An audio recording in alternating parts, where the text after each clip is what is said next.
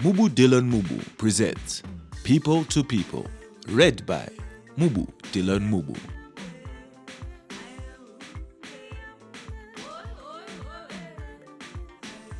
Mubu Delorne Mubu is an entrepreneur who is an accountant by profession. He is currently studying with the Association of Chartered Certified Accountants, ACCA, to qualify as a Chartered Certified Accountant and ACCA member. He received 2 certificates of achievements from ACCA, a diploma in accounting and business, and an advanced diploma in accounting and business. He is a holder of a Bachelor of Science Honours degree in applied accounting from Oxford Brookes University in London. He is an active member of his local and wider community, an energetic and ambitious young man. Mubu is a proud member of Junior Chamber International, JCI, since 22 May 2018. JCI is a global network of young active citizens, and it provides development opportunities that empower young people to create positive change in more than 130 countries around the world. He is currently serving as the 2020 Executive Vice President for JCI Capital, one of the local organizations affiliated to JCI Zimbabwe. He received numerous awards both at local and national level, including 2018 National Public Speaking Champion, 2018 Most Promising New Member, and 2019 Most Outstanding Member. Mubu is keen on issues to do with business, entrepreneurship, personal development, career guidance, motivating and inspiring young people. He strongly believes that for one to achieve his personal goals and for the world at large to be better, the ability to nurture and build strong, positive, and healthy relationships with people is important amongst other things. This is what motivated him to write this book.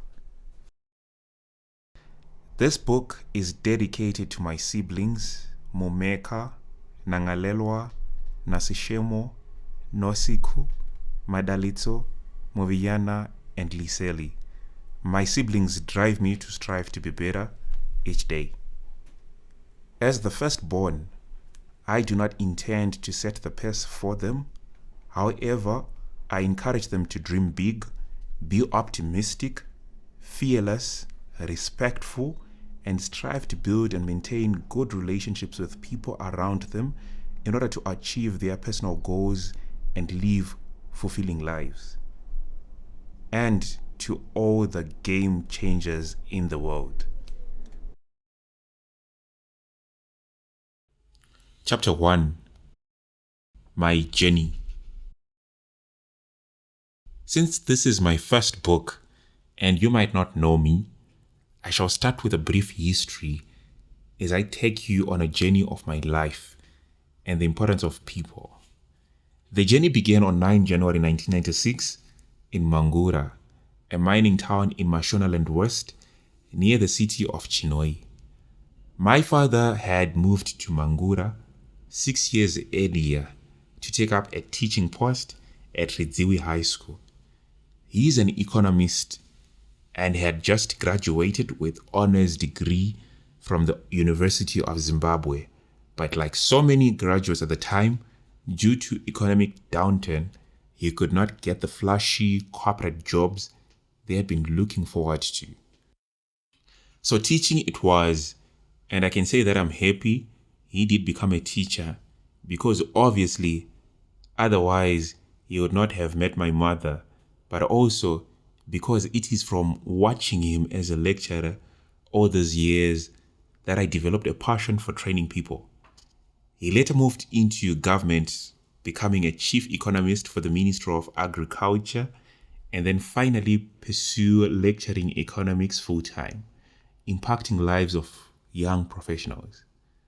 Part of what I do, I mentor and coach ordinary and advanced level high school students in preparation for their final accounting examinations, and some students writing the Association of Chartered Certified Accountants, ACCA examinations. I can attest that this passion was ignited by attending my father's lectures and falling in love with how good he delivers his lectures and simplifies seemingly difficult concepts, leaving no stone unturned. My mother back then in Mangura was a housewife who later went on to become a very successful entrepreneur.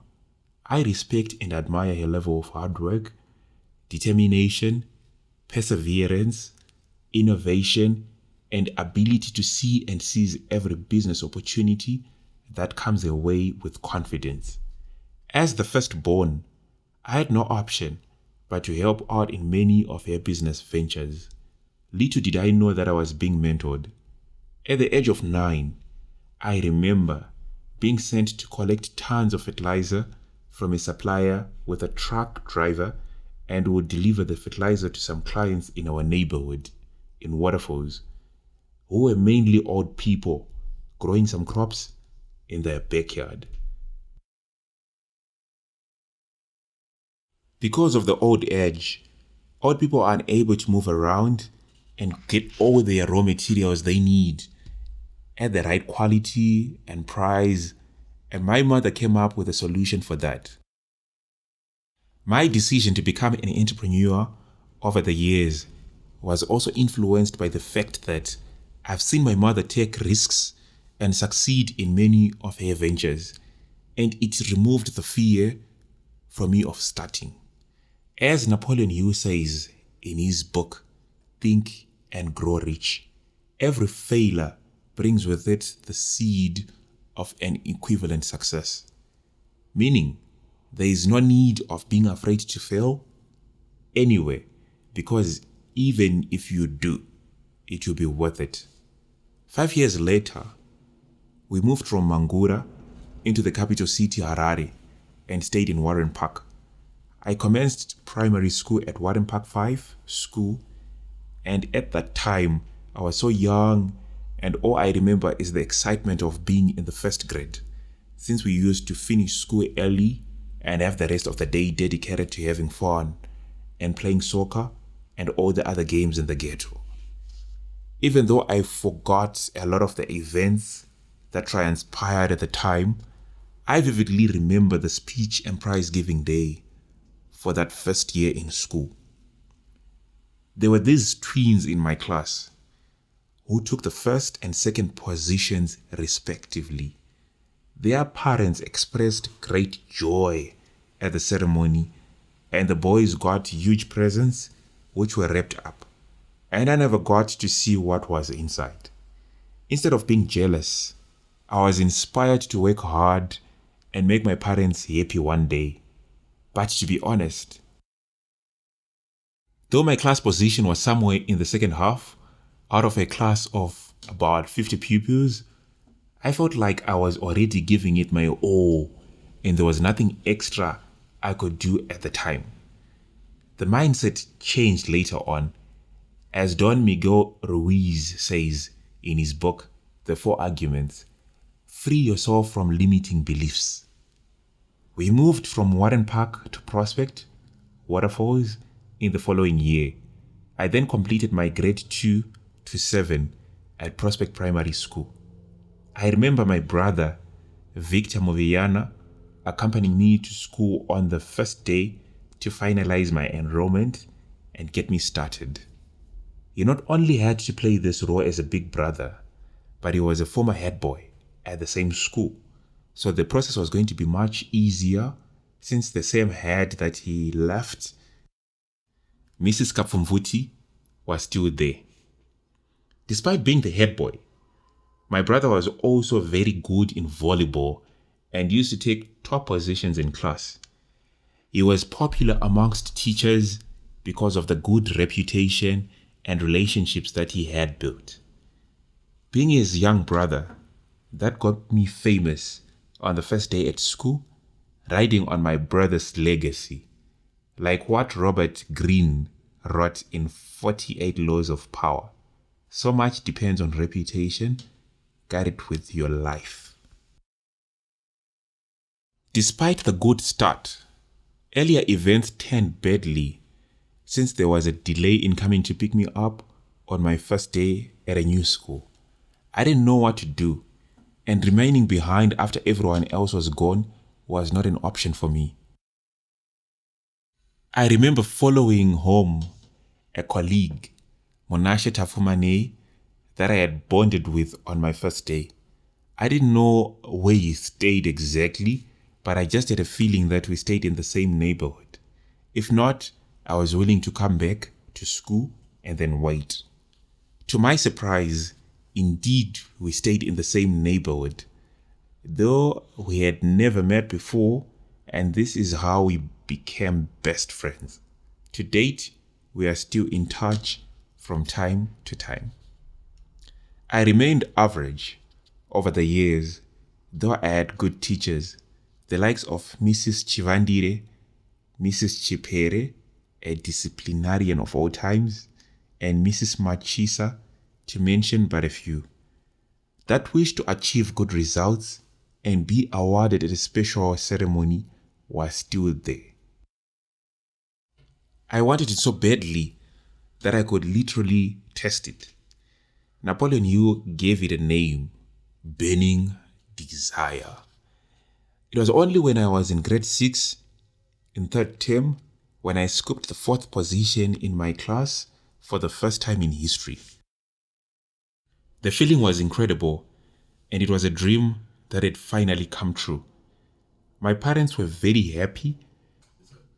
My mom dressed up for the speech and prize giving day, and indeed brought a present wrapped up.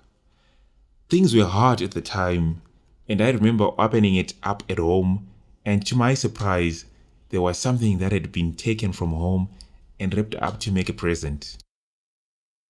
It didn't take away all the joy, though, because for me, the feeling of walking on stage to receive that certificate, get pictures taken, and have my mom yelling in the crowd with joy was like walking down a hall of fame. It came out perfectly, just like I had dreamt and imagined it over the years. Ivan Mawarire, in his book Dream Big, that was published way back in 2010, said, everything made was created twice. First, in the imagination, and second, in reality. This achievement didn't just come. There was a smart girl in our class, Michelle Machaya. She maintained the first position in our class from day one, and the only time she dropped, that would be taking the second position and maybe the third, if she ever did. I admired her intelligence. I'm grateful that I got to learn at a young age the principle of not being jealous when others succeed, but instead appreciate and learn from them and do it too. Life is too big to be saturated with winners. There are opportunities for everyone. Michelle's mother, Mrs. Machaya, is a great teacher, and she used to conduct extra lessons after school. I enrolled for extra lessons with her during the commencement of the third term, and indeed she produced the results in less than 3 months. A combination of experience, passion, and dedication that she possesses is a powerful force. 13 years later, my siblings still attend her revision classes during the holidays, and my parents are tired of those speech and prizing giving days because they have started attending them for my siblings during their early grades. Back then in 2007, the whole of the top 10 from our class was attending her extra lessons, and this is when I became friends with some of the brightest people I have ever encountered, which included Tariro Chatiza, Kudzai Makombo, and Tendai Misi. I learned another lesson in life, which is every good thing in life comes through hard work, sacrifice, and spending most of your time with the right people. Tariro Chatiza is now a budding neuroscientist and currently a member of the Raimondo Research Group at the University of Cape Town, UCT. Tendai Misi graduated with a degree in accounting and is now in Dubai. Kudzai Makombo relocated soon after we completed grade 7 to Australia and has gone on to also pursue a great career in the medical field. I am proud of the accomplishments for each and every one of them, and the fact that I was privileged to be surrounded by good people, and we still talk to this day. By the time I finished my primary school, the improvement from where I started was phenomenal. I became so good in mathematics that I remember getting 100% in all tests that we wrote during the last term of our grade 7. We had a dedicated grade 7 teacher, Mrs. Machisa, and she would put maximum effort in producing good results. She would give each student that topped in a test Blong bubblegums. Blong was a trending type of a gum which had some juice in the middle that would color your mouth red, blue, or pink, depending on the color of the gum. I spent the whole term enjoying those. Special thanks to her, I left Prospect Primary School with excellent final results. I never made it into the prefect's board in primary, though I was too talkative. In my opinion, I wasn't good in public speaking and leadership then. Some skills that I then invested extensively later on to acquire because of their undebatable importance in life if you are to be a change maker or influencer. After primary school, it was 2009 when grade 7 results were delayed due to the economic turmoil in the country. Teachers were on strike, including markers, which caused the delay in publishing the results. Those who were lucky were those that had passed some entrance tests and secured Form 1 places in advance. I then had to start my Form 1 at Herentals College. I was moved to Prince Niger Academy until I landed at Churchill Boys High School for my Form 4. Churchill Boys High School turned me from a boy to a gentleman. This transformation came about through the school's various grooming activities, which trained me to be disciplined and respectful. Sports at Churchill are a big thing. They are not played to pass time like at other schools. And because of this, the school continuously produces some of the superstars and talented sportsmen of all times to represent the nation in many sporting disciplines. Aside from the sporting arena, the school also had a strong cultural background and clubs which were often led and coordinated by the students themselves. The highlights for each week were the Headmasters' Assembly, held by Mr. Mugwanda. It was more than just a gathering. It would leave one inspired, motivated, and deep in thought. It was also during these assemblies that the exploits of outstanding teams, individual sportsmen, and other students who had notable achievements were officially announced to the whole school. It is from these announcements that young men were inspired to achieve nothing but outstanding performance in their lives. The school has groomed well-known stars such as Tatenda Taibu, who held the record for being the youngest cricket test captain in history from 6 May 2004 to 5 September 2019. Another one is Tendai Beast Mutawarira, a Zimbabwean-born South African rugby player well known as Beast. With 117 caps, he is the most kept prop in South African history.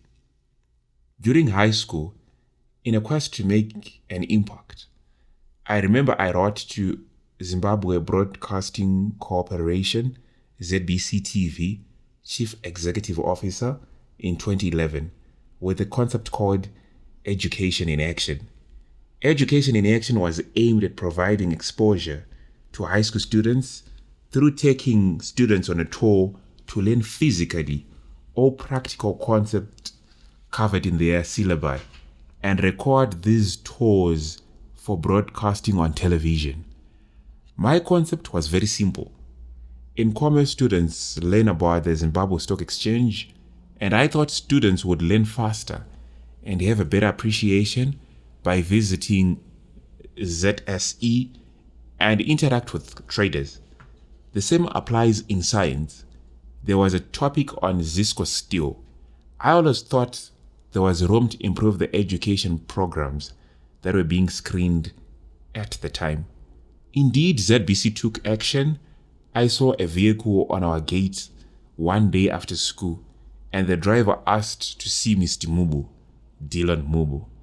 I told him I was the person, and he was shocked. At the time, I was 15 years old. I guess he was expecting to see a grown-up man. To his surprise, he saw a young boy. He handed me a letter inviting me for a meeting with the head of TV broadcasting. I pitched up for the meeting, and the head was shocked too. And the meeting didn't proceed. It was postponed. I was asked to come back with a parent or guardian since I was a minor. The meeting was held on a later date. After going back with my father, the program was passed on to the production crew. We shot a pilot at the Zimbabwe Stock Exchange, and due to the bureaucracy, the program died a natural death. Despite that, I got to network with a number of staff from the ZBC Children's Programs Production Department and other departments too. These included Miriam, Gomede, Julius, and Adiola. I also got to interact with some talented and admirable young presenters. These were Geraldine, Timothy Wogo, Kimberly Mabika, Farai Kwesha, and Kama from a television show called Young, Gifted and Talented, YGT. I featured in a number of YGT programs, and slowly it built my confidence, and the interesting part was they were broadcast live. I also had an opportunity to invite the ZBC crew to a number of events at school and junior council to shoot children's programs, and they would invite me too. Recently, in January 2020, I got a message from Julius, one of the producers at ZBC, that I had first met way back in 2011, inviting my 2020 JCI Capital Local President and I as the JCI Capital Executive Vice President for an interview conducted by Julius for a program called The Leader. The program is aimed at equipping the youth with leadership skills. Strong relationships never perish. Coming back to my high school life, during Lower 6, a call for students to apply to join the Harare City Junior Council was made. A junior council is a replica of the city council. It carries out tasks as the senior council, but at a junior level. This is done through child participation and capacity building in developmental issues and local governance. I thought this was too good for me, and I didn't take the application seriously, since I had the mentality that there were others who were better than me who deserved it. A mentality that I've washed away over the years. Mahatma Gandhi said, "A man is but the product of his thoughts. What he thinks, he becomes." I was encouraged to apply by a close friend, Pinio Mugwanda, and to my surprise I made it and got inaugurated as the Junior Honorable Councillor together with Fortune Makoni and the famous Confidence Thomas. On top of that, from the 69 junior councillors, I was nominated and voted in the top 3 for the junior mayor position. My fellow junior honorable councillors were pushing me for the post, stating that you are a visionary, you lead by example, and you deserve the post. At that time, I couldn't understand it all. I sabotaged myself in many ways during the campaign period, and I lost to Confidence Thomas, who became the junior mayor for the period 2013 to 2014. I was happy for him. He was a very good colleague of mine, and we were both at the same school. Our relationship even improved as we spent more time together for those 2 years, and I remember in his last speech when leaving office and inaugurating the new junior mayor, he acknowledged me in his speech. I'm grateful for that push that I got from Pino. If it was not for that, I could have looked down upon myself and let the opportunity pass of applying to even become a junior counselor. 7 years later, Pinion and I are working together on Career Fiesta, a project aimed at providing career guidance and exposure to high school students to aid their decision-making on the type of career that they will follow. A lot of people believed in me and would see some leadership qualities and traits in me that I was not aware of, and I was clouded with fear. This is the mistake that is made by many in life, playing low, trying to act humble, and being so concerned of what people would say if you take a certain step or something, not knowing that people will still talk in one way or the other. It took a lot of training, mentorship, and exposure for me to gather self-confidence and stand for my beliefs. The inauguration as an honorable junior councillor in the Harare City Junior Council marked the beginning of my journey as an active citizen. Special thanks to the junior aldermen who trained us from the first day as prospectives. During the team building boot camp up until we finished our year, the junior aldermen included Lungani Zwangovani, Moses Mbimbi, Kudakwashe Marimo, among others. Over the years, these seasoned leaders have become like my elder brothers and mentors for life. The major highlight for the year in Junior Council was a high school's quiz tournament, which I organized with the help of fellow junior councillors and guidance from junior aldermen. It was held at Chechu Boys High School, and it was attended by 20 schools from all over Harare. The objective was to foster unity and exchange of ideas amongst students despite their backgrounds, and that was achieved. The event was very successful and came out in the press. The feeling that comes after organizing such a successful event at that young age, even without getting paid, is unbelievable. Like what Jim Rohn says, the major question to ask on the job is not what am I getting paid, but what am I becoming. Organizing such a successful event boosted my self-confidence, and I developed a passion in event management. I like planning and organizing events. As a result of active participation in school activities and beyond, I became a school prefect, president of the Environmental Awareness Club, and occupied other positions in the public speaking, Toastmasters, and debate clubs at Chechu High School. I could now understand the personal development and benefits of my involvement in such clubs.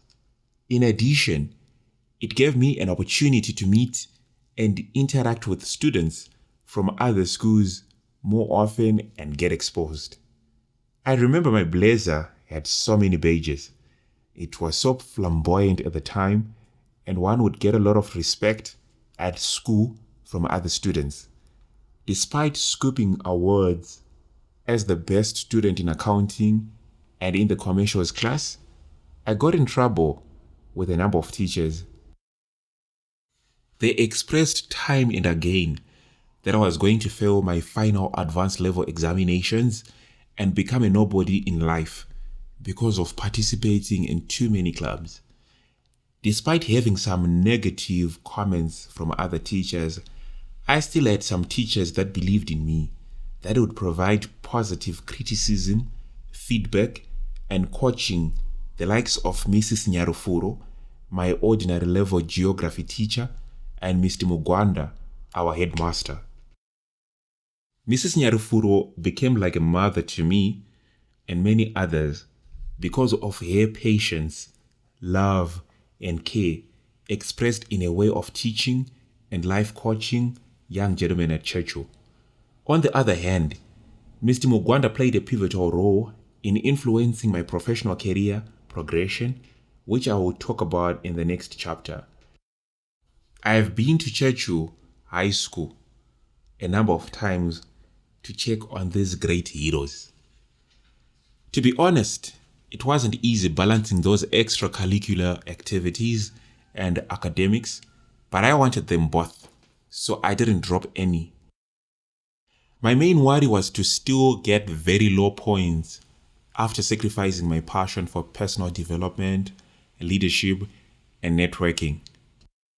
To balance the equation and increase chances of passing my final examinations, I had to enroll for revision classes and look for the best tutors for each subject that I was studying. The challenge was that the revision classes were being run at odd times and in different locations, but that did not deter me. I spent the other half of my upper six attending accounting revision lessons conducted by a brilliant tutor called Jega in Bari, together with intelligent students from Harare High School every day after school from 4 p.m. to 6 p.m. For economics and business studies, I had to attend revision classes from 5:45 a.m. to 6:45 a.m. in Glenora from Waterfalls and rush to school afterwards. You can only imagine what time I had to wake up since I had to use public transport. All these revisions were not conducted in fancy structures, but in sheds with no comfortable seats. Surprisingly enough, they were all oversubscribed. The students' eyes were stuck on the goal and nothing else. I passed my final examinations, and I am glad that I still managed to progress and follow my career of choice. I'm grateful for those that said the negative things and said I would not make it, because they pushed me a step further to work extra hard towards achieving my dream.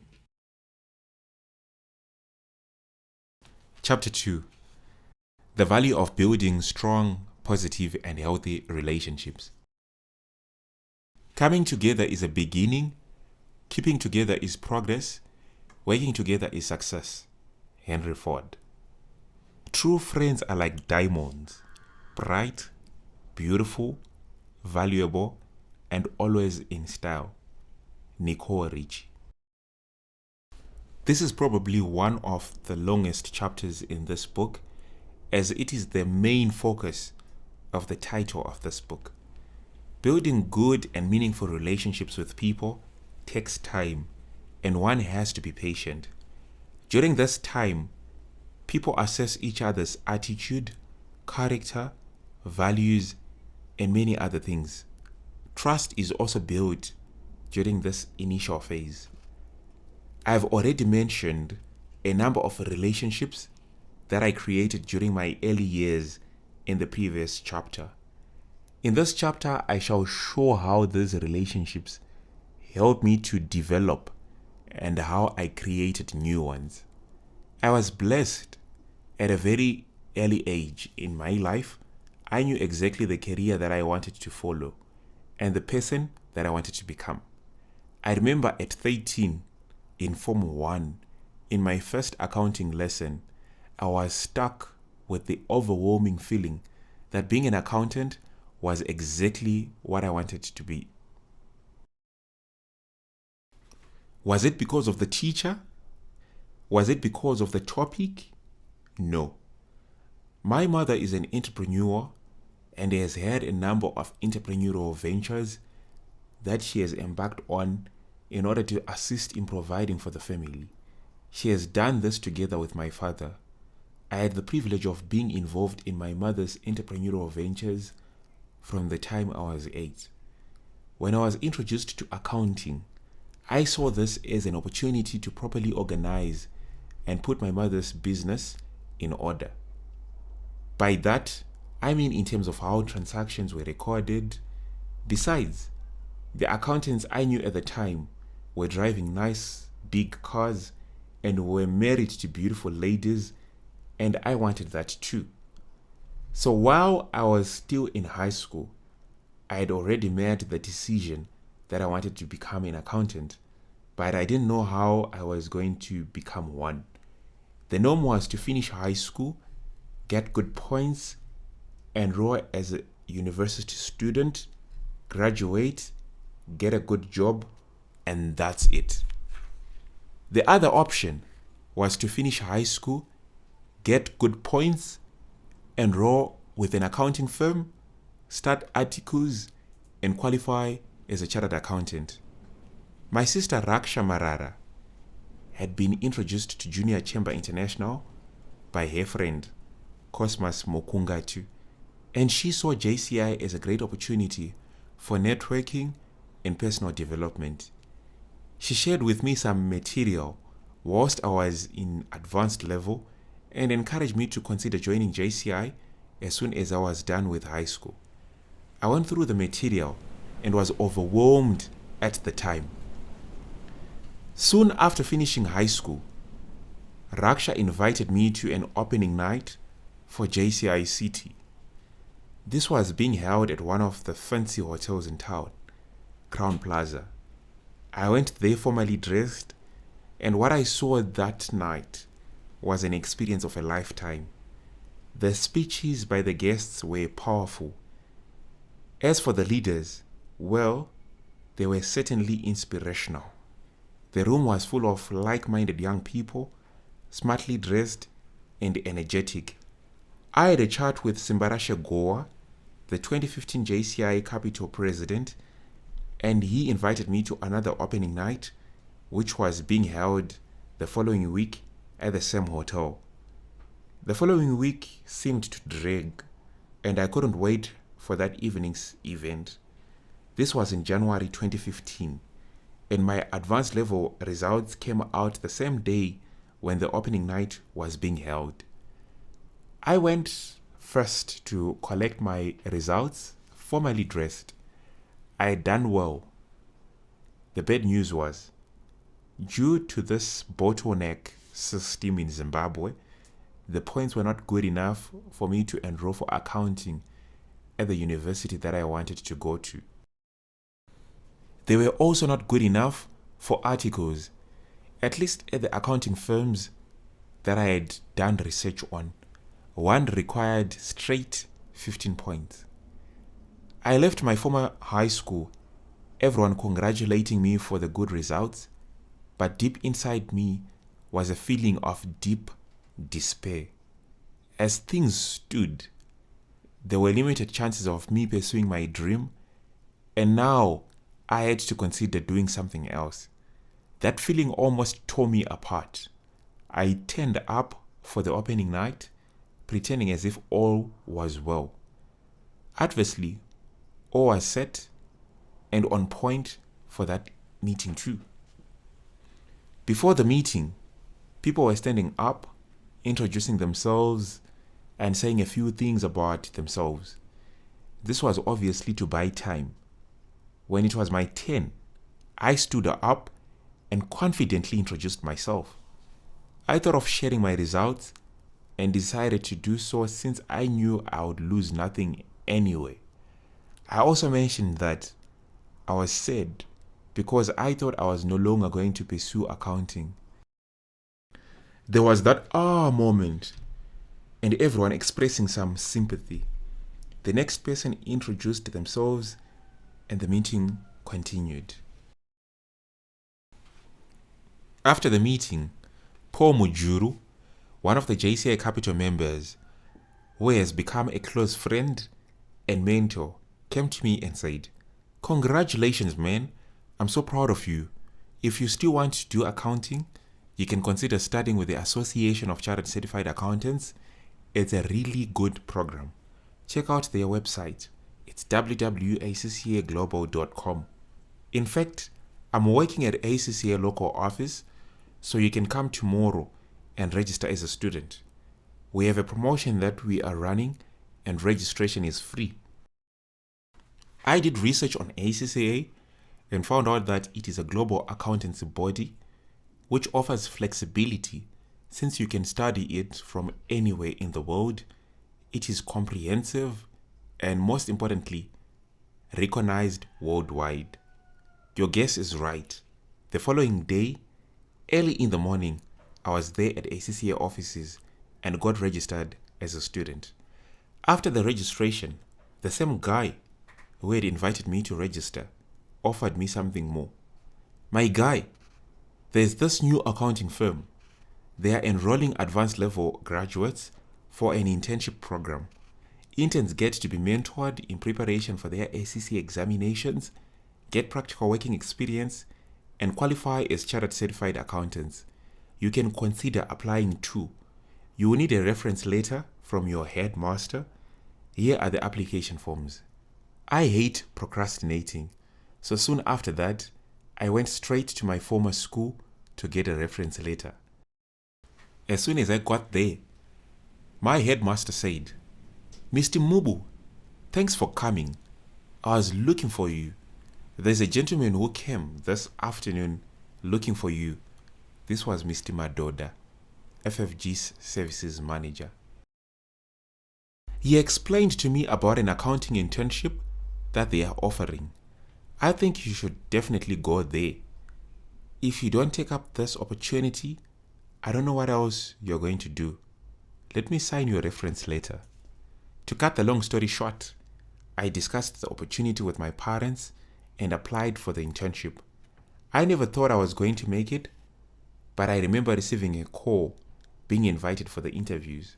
I went for the interviews and I made it.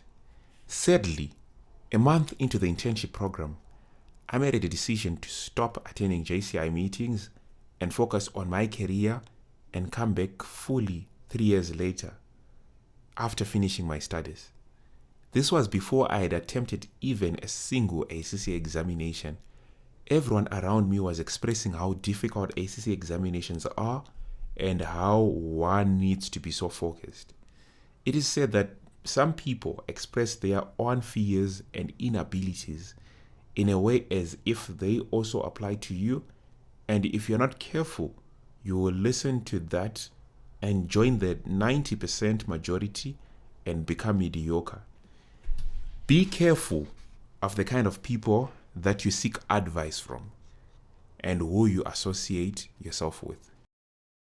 Funny enough, I went on to receive 2 certificates of achievement from ACCA for obtaining more than 85% in my first ACCA examination, Accountant in Business, which I had 86%, and the third one, Financial Accounting, with 91%. During that period, when I stopped JCI, it was my first time working, and I thought I wouldn't manage working, studying ACCA, and JCI at the same time. I dropped JCI before I was even inducted as a member and focused on my studies and work. Indeed, I gave 110% into every assignment that I would get at work and sacrificed JCI, family, and personal commitments in order to get as much experience as I could. In January 2018, exactly 3 years later from my first encounter with JCI, I came across a flyer for that year's opening night, which was being held at Miku's Hotel. It was a eureka moment. It brought good memories from way back. I turned up for the opening night, and like any other JCI opening night, it was lit. This is the same year that a good friend and mentor, Victor Mpofu, was JCI Capital's president, and the Zimbabwean business mongo, philanthropist, and the founder of Kingdom Bank, Nigel Chanakira, was the guest of honor. The speeches were on point, unpacking stories of impact, the role that we should play as young people, and the benefits of being a member of a youth organization such as JCI. I started regretting all the time that I had lost when I left and the development opportunities I missed. I looked at my professional development plan, and it was clear that there was never going to be a moment when I was going to be free to join JCI. Studies were always going to be there, as would be work, family, and much more. It was not getting better. If anything, it got tougher as I grew older, with many additional responsibilities coming my way, and all I had to do is learn how to balance and manage them. That night, I made a conscious decision to work hard and get inducted as a member and not miss any JCI meeting or event. Trust me, since then, those have been the best years of my life. An opportunity came to serve as the Vice Project Director for Green My World in the same year, with Tinashe Mukarobwa as the Project Director. A project that was aimed at providing environmental awareness and fight climate change. The highlight was environmental awareness training in schools and the annual JCI Capital High School's Green Quiz that was held at Roosevelt for high schools. I attended all JCI Capital meetings held in 2018. In addition, I made efforts to also attend other meetings held by other JCI local organizations in order for me to learn as much as I can and get to meet and interact with as many people as I could. That same year, I had the privilege to travel to Binga for the 2018 JCI Zimbabwe Media Convention Recharge in Binga. The journey was long, but it was fun and worth it. Binga took me by surprise, as I got to see how beautiful the town is as compared to some bad publicity that is circulated at times. Binga has cheerful people, great sceneries, the magnificent Zambezi River, and hot springs too. During that recharge, we got to participate in a community project spearheaded by JCI Harare, aimed at building classroom blocks for Zalo Primary School.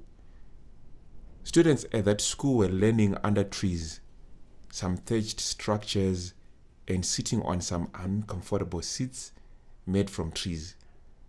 Students walk on average 5 kilometers to go to school, and during the raining season, they don't go to school, or if it starts raining whilst at school, they are asked to run back home. It was an eye-opening experience for me. I got to appreciate every little bit that I have in my life and not to take it for granted. Sometimes we always wish we had more, not knowing there are others that have way less.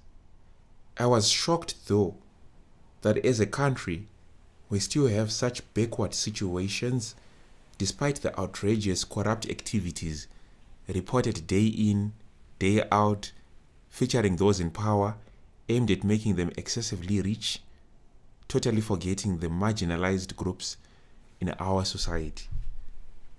The beauty about JCI, it does not blame the government, but takes on responsibilities in building our communities.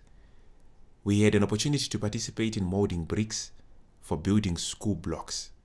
To date, some significant progress has been made with regards to that project, and special thanks to JCI Harare for taking up such an initiative. During that time in Binga, it is when I got to realize that JCI in Zimbabwe is much bigger than I thought, with many members across the country. We had a great opportunity to learn, interact, and exchange ideas. When we went back to Harare, indeed, I was recharged. Before the year ended, we were in Nyanga for the JCI Zimbabwe National Convention. It was my first time to witness how National General Assembly is chaired, and the JCI Zimbabwe National President, Dr. Xolani Ndlovu, did it spectacularly. I came back from the JCI Zimbabwe National Convention in 2018 with 2 national awards. I was the National Public Speaking Champion and the Most Promising New Member for that year. The former award got me sponsorship for my registration to represent JCI Zimbabwe in the area Public Speaking Championship at the 2019 JCI Africa and the Middle East Conference in Mauritius. I wouldn't have done it all without the support and guidance from family and fellow JCI members. Unfortunately, my grandmother fell sick in the following year, a week before I had to travel to Mauritius. I went to see her in hospital, and I couldn't believe the state in which I saw her in. It disturbed me. I even thought of cancelling the trip. Days went by, and I remember receiving a message out of nowhere from my uncle saying, "I know your grandmother is not feeling well, but she will be so proud if you go and participate." That message gave me the energy I needed at the time. It made sense knowing how my grandmother was so proud of each and every one of my achievements. Soon after receiving this message, I made my travel plans and booked my air ticket last minute. Air tickets were sold out for the flight on a Saturday for me to arrive on Sunday, 28 May 2019. The 28th was the day the Active Citizenship Academy was starting up to 30 April, and the conference started on 1 May to 4 May 2019. Air tickets were sold out. I remember a fellow JCI member who was working for a travel agency, Eunice Zwitiki, and her colleague Chido played a pivotal role. Somehow they got me the only available ticket that was left for the route, which was for the following day on a Thursday. This meant that I was going to be 2 days early for the event, but I had no option but to take it. Preparations to leave the following day were hectic.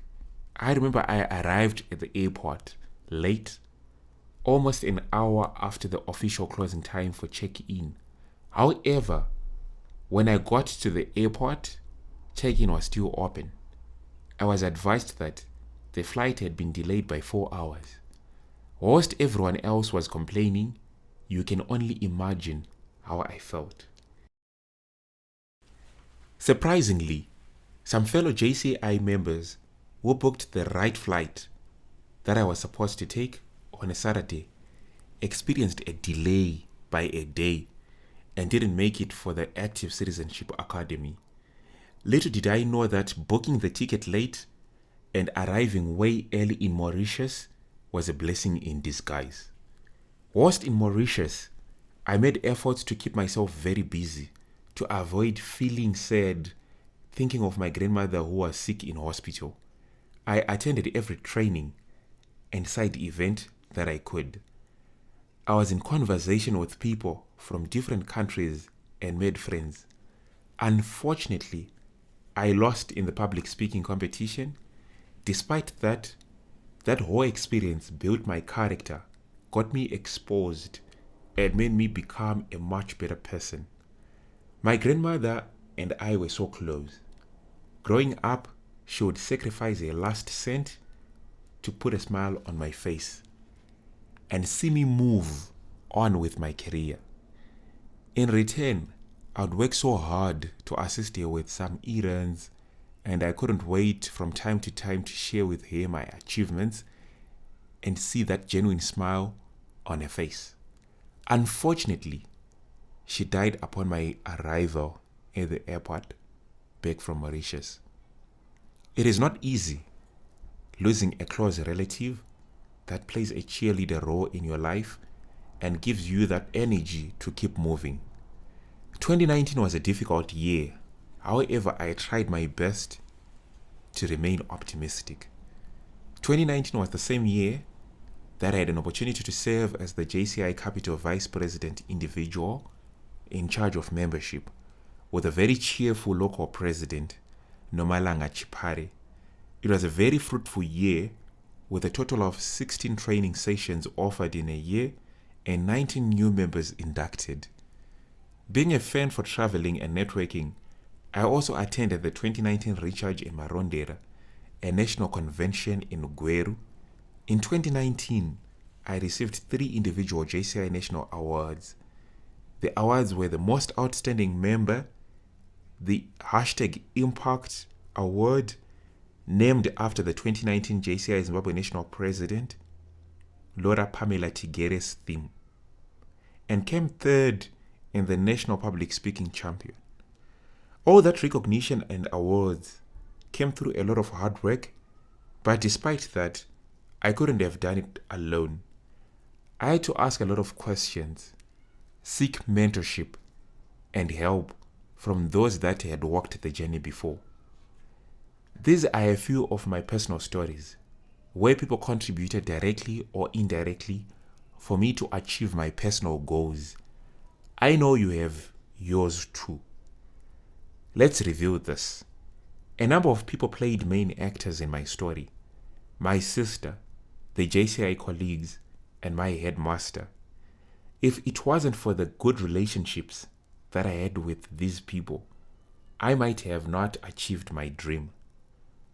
For me, this proves that as we maneuver through this journey called life, whether we like it or not, there are always going to be people around us that will be playing significant and important roles.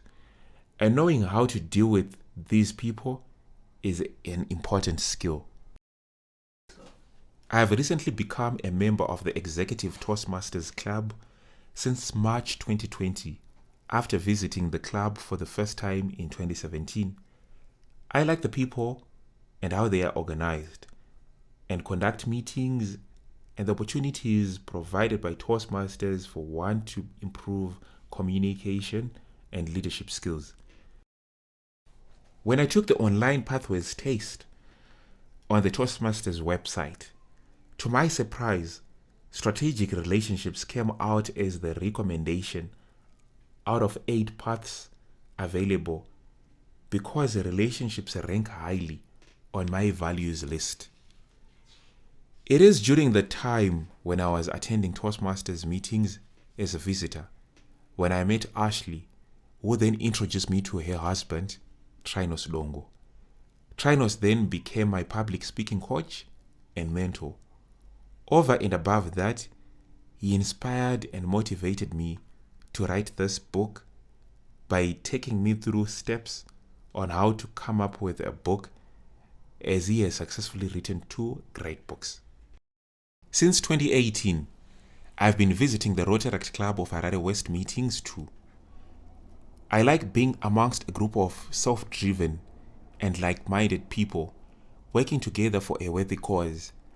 I've made friends with Tinomo Tenda, a very intelligent, supportive, and open young man, and Dorothy Pasipanojka, a great lawyer and inspirational person who has achieved a lot at a young age.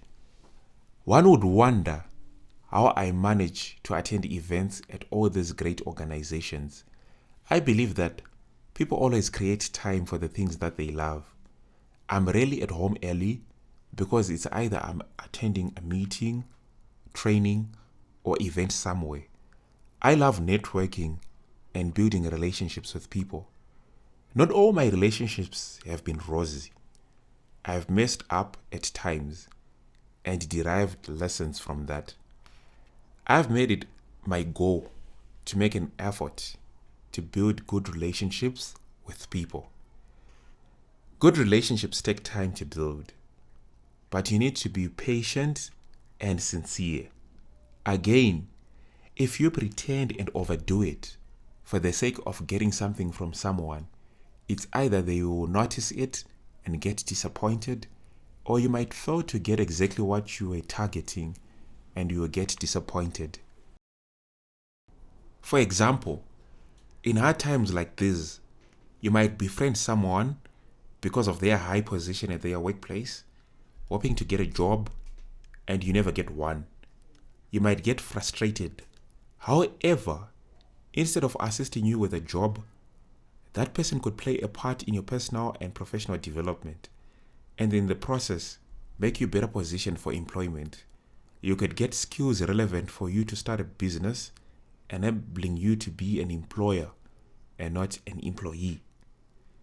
It's key not to be myopic and not to have a tunnel vision. The long-term benefit is much more important than the short-term benefit.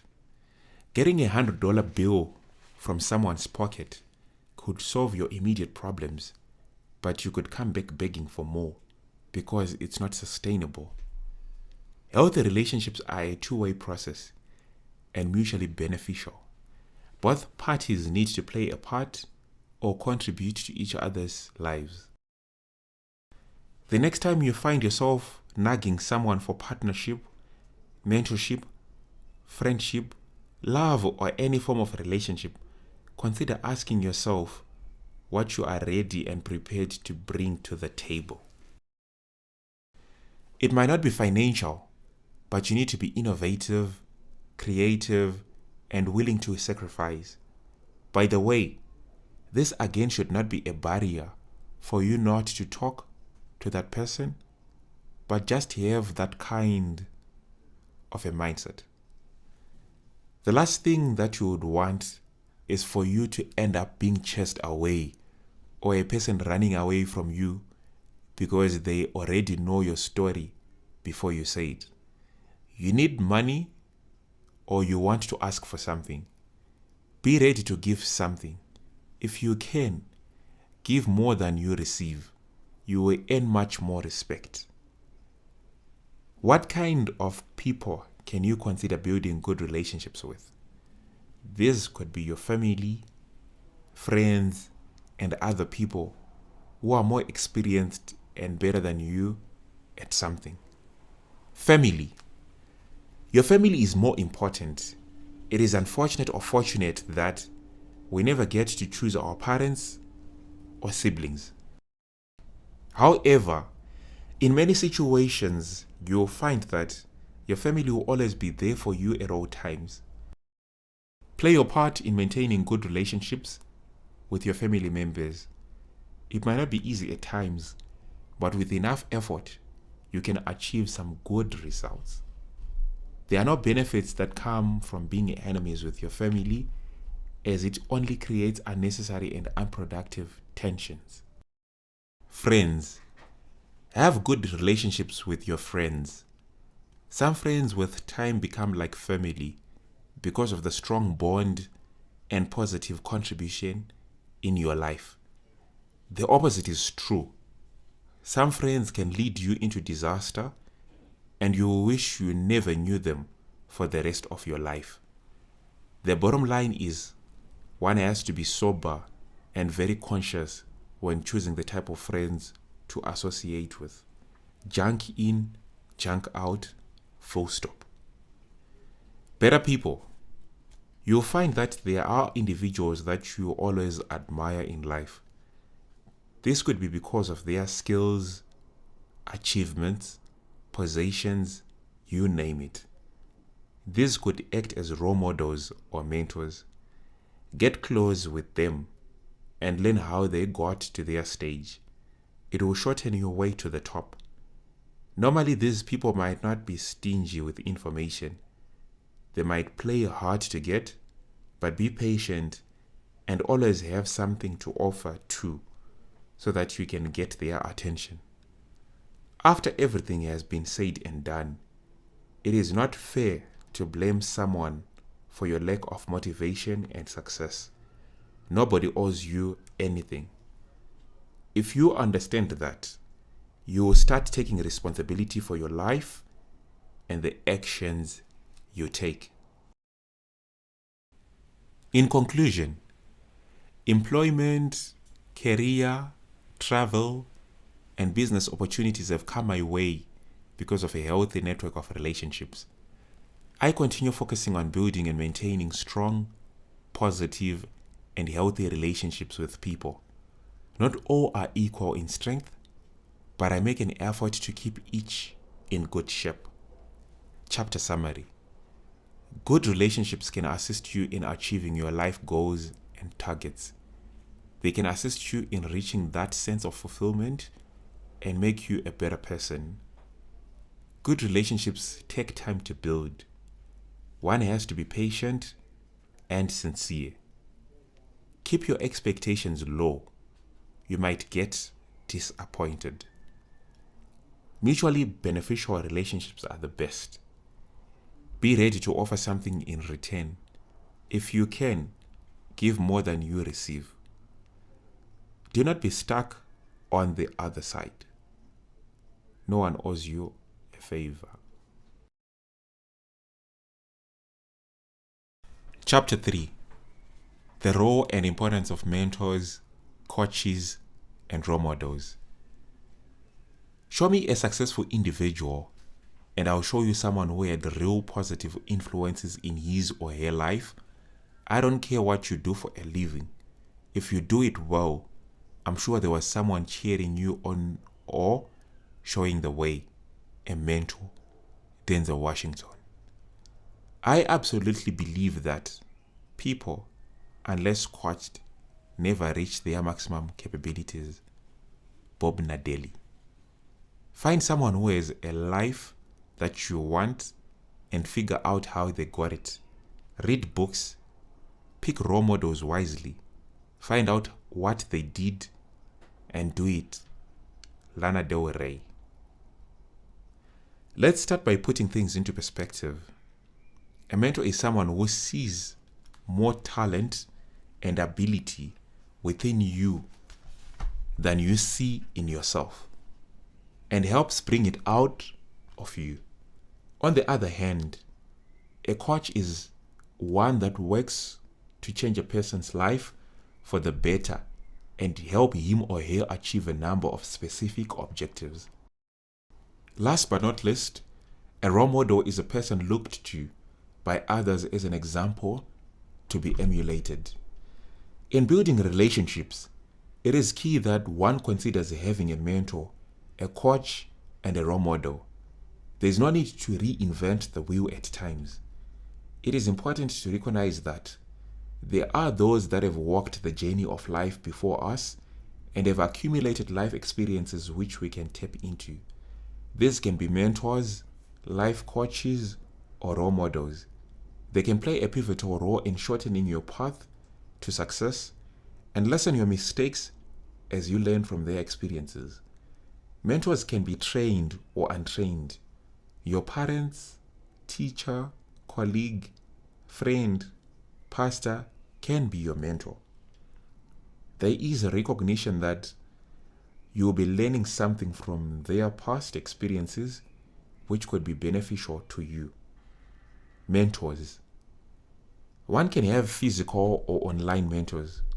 Due to technology, you can be mentored by someone who doesn't know you and whom you have never met through watching their videos and following their posts on social media.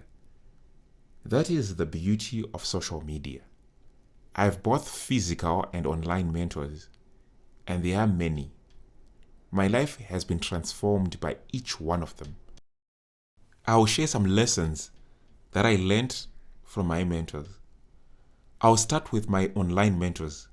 For 2 years now, I've been following and listening to videos, podcasts, and social media posts by Robin Sharma, and those have turned out to be the most productive years of my life. Robin Sharma is a former lawyer who left law to follow his passion in speaking on leadership and personal mastery. For nearly 20 years, he has been chosen by well-known organizations such as Nike, NASA, and Microsoft, just to mention but a few, to speak at their important events. His books, including The Monk Who Sold His Ferrari and The Leader Who Had No Title, have topped international bestseller lists. Can you imagine what you can learn from such a great mentor? I've learned from how to set goals, how to improve productivity, how to stay positive on a bad day, up to how to beat procrastination from Robin Sharma. I look forward to meeting him one day in person at one of his personal mastery academies. The second one is Jay Shetty, a former monk, now a storyteller, and his viral content has impacted people's lives positively, including mine. Some of his game-changing content for me has been on how to find purpose, videos on self-control, what to consider before judging other people, and what to do for peace. There is no better way to learn how to be selfless other than from someone who chose to be a monk after graduating and turned down job offers, trading suits for robes, and finally leaving being a monk to share his gifts with the world. I also have physical and close mentors too. One of them is Mr. Herbert Zinochkiwe, partner at Financial Focus Group Chartered Certified Accountants, FFG, who has mentored me for the last 5 years. He is one of the most kind, caring, and hardworking people that I have ever known. I spent the last 5 years of my life at FFG building a career as an accountant and entrepreneur. I wasn't the smartest person, but I would work extra hard and sacrifice to be of value to the firm from the first day to the last day. We became so close with Mr. Zinochkiwe, and he taught me from the technical skills needed by an accountant, how to start and run a business successfully, up to the general life skills. I had an option to stay at the firm, but I took an uncomfortable route, which is going into the world and apply all those skills that I had learnt in solving other problems within our communities and the world at large. It was not an easy decision to make, leaving a place that had become home for me and working with all the amazing people at FFG. I remember one of the lessons that I was taught by Mr. Zinochkiwe. He said, never find yourself worried too much about things that you can't control. If you find yourself in a difficult situation, ask yourself if there is anything within your means that you can do to control the situation. If there is, do it. If there isn't, then there is nothing you can do. It will pass. This was a very important lesson for me in this fast-paced era, where we find ourselves worried about one thing or the other, day in, day out, and because of that, I apply the same mentality from time to time. Another mentor is Dr. Xolani Ndlovu, well known as Dr. X, a cool, smart, and exemplary leader who served as the 2018 JCI Zimbabwe National President. I first came across the proverb, when the student is ready, the teacher will appear, from Dr. X. In conversation at the Cheese and Wine fundraising cocktail organized by JCI Capital in May 2018. The proverb means that when the student strips himself of his ego and realizes that he knows next to nothing and has a burning desire to accumulate knowledge continuously, the teacher will appear to him. The student will have the realization that anything and everything is a teacher in this world. From that spark, I've gone on to make it a daily ritual for me to read books when I wake up or before I go to bed, and listen to podcasts whilst moving from point A to point B. Looking back, I appreciate who I am becoming just from that advice. On how to maneuver in one's career, I remember during a conversation over lunch, he advised me to consider who I would want to be in 20 years, the kind of problems that I would want to be solving. It will give a guide of what I should be focusing on now until I get there. This gave me a sense of purpose and direction. It is such privilege to have all these great mentors around us at home, church, work, and other organizations where we spend our time at. Sometimes all it takes is getting into a conversation and the takeaway will be phenomenal. Life coaches. Life coaches are professionally trained to provide life coaching. Some of them are certified and take life coaching as a lifetime career. In the process of helping you, it involves questioning and listening to you without any judgment until you reach a solution for a certain problem that you might be facing. A life coach is someone who empowers others by helping them meet, and exceed goals in both their personal and professional lives. If we use the analogy of one of the best in the world of football, Lionel Messi, will realize that he too has had and still has coaches who have helped and continue to help him nurture and master his skill. That is besides being naturally talented himself. The life coach will ensure that you enjoy the pleasure of being a butterfly by empowering you to fly and experience the freedom, enrichment, meaning, and purpose that you desire. In the process, you realize your true potential and live life fulfilling your dreams whilst you get used to the 6 legs of a butterfly. I had to consult a good friend of mine and life coach, Simbarashe Musukumizwa, on why one needs a coach, and this is what he had to say. I would like you to take your mind off the title of this article and visualize yourself as being similar to the life cycle of a butterfly or caterpillar. The analogy of the caterpillar transforming slowly into a chrysalis and finally morphing into a beautiful butterfly has been used by many people to explain the life cycles we go through as human beings. In financial planning, the human life cycle concept is used in personal financial advisory. In other spheres of life, especially religion, the human life cycle is usually referred to as life seasons. The human life cycles usually last 7 years, from 0 to 7 years, 7 years to 14 years, 14 years to 21 years, 21 years to 28 years, 28 years to 35 years, 35 years to 42, and so on. For some people, these life cycles are longer, whilst for some, they tend to be quite shorter. In today's fast-paced world, moving from one stage to the other can be quite confusing, and that is why a coach becomes a worthy resource. But that is not all. Breaking out of the egg to become a caterpillar can be likened to someone beginning to walk or starting out in high school, university, or starting a new career. These life changes will be confusing at first, and whilst one tries to figure out who they are in the new territory, they may get lost forever and change the course of their life for a lifetime. Having a coach who helps you navigate through those new changes and who helps you unlock the potential inside you becomes very handy.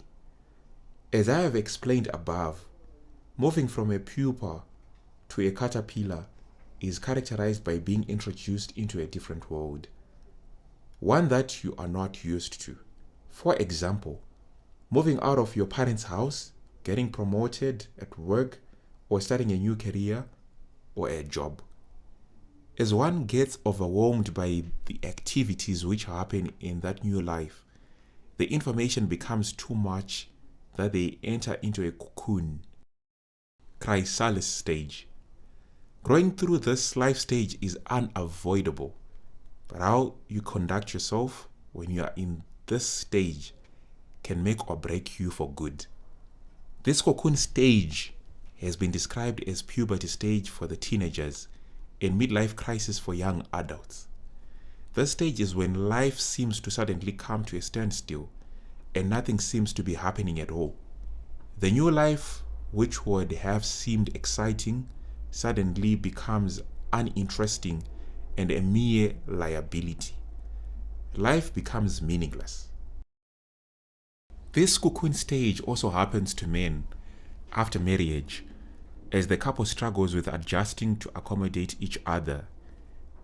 Men normally start feeling like they chose the wrong life partner. With women, the cocoon usually comes after having the first baby. It goes on and on and on until the time the children start moving out of the family home.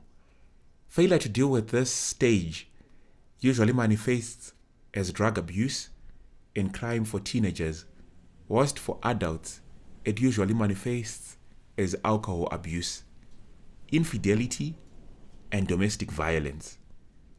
With a life coach, navigating through this difficult period becomes easy. The life coach will help you choose the appropriate resources inside of you to go through the challenges. The final stage is the most amazing one, the transformation into the amazing butterfly. What comes to mind is the picture of comic heroes who are loved by everyone. Comic heroes like the amazing Spider-Man, Superman, and Batman. Using the comic heroes analogy, this stage is when one would have reached their full potential. On face value, this is the phase when one seems to not need anyone and thus not need any coach in their life. On the contrary, this is the phase when one needs a coach the most. Changing from more than 16 legs of a caterpillar to just 6 legs of a butterfly is more than a tall order. Examples of this stage including marriage, wedding, a huge promotion, or getting a job. The challenge is that what people will be seeing is the colorful wings of the butterfly, the latest vehicle, the name at the bottom of the letterhead, the beautiful wife, the romantic wedding kiss, the inauguration into becoming a pastor. How you will learn to walk with only 6 legs from 16 is your own problem. Most people in this stage suffer from loneliness, burnout, stress, depression, divorce, marital problems, unbalanced life, living double lives, and some end up committing suicide. As I have reiterated before, this stage is the most important life stage when one needs to have a coach in their life. Role models. Role models too. I'm sure most individuals have certain individuals that they follow or look up to.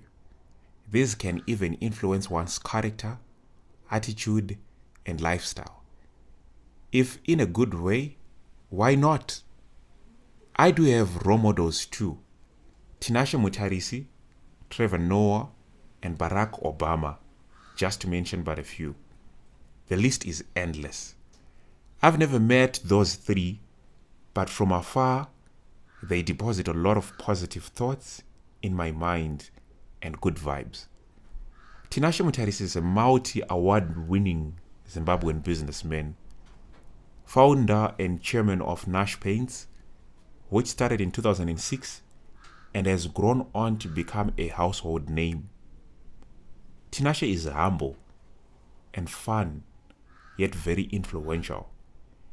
His rags to riches stories are very inspirational and ones that any local person can relate to. In one of his trending social media posts, he shared one of his pictures way back in 2001 in Chitungwiza, coming from Wedza, planning to leave the country and go to Botswana for greener pastures and work in any job for about 6 years for him to raise capital and come back and start a successful business like his father, who owned a grinding mill.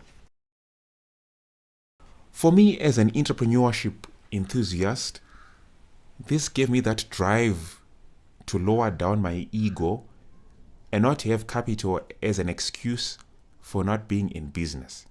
Instead, work hard anyhow to achieve that burning desire. Indeed, dreams do come true.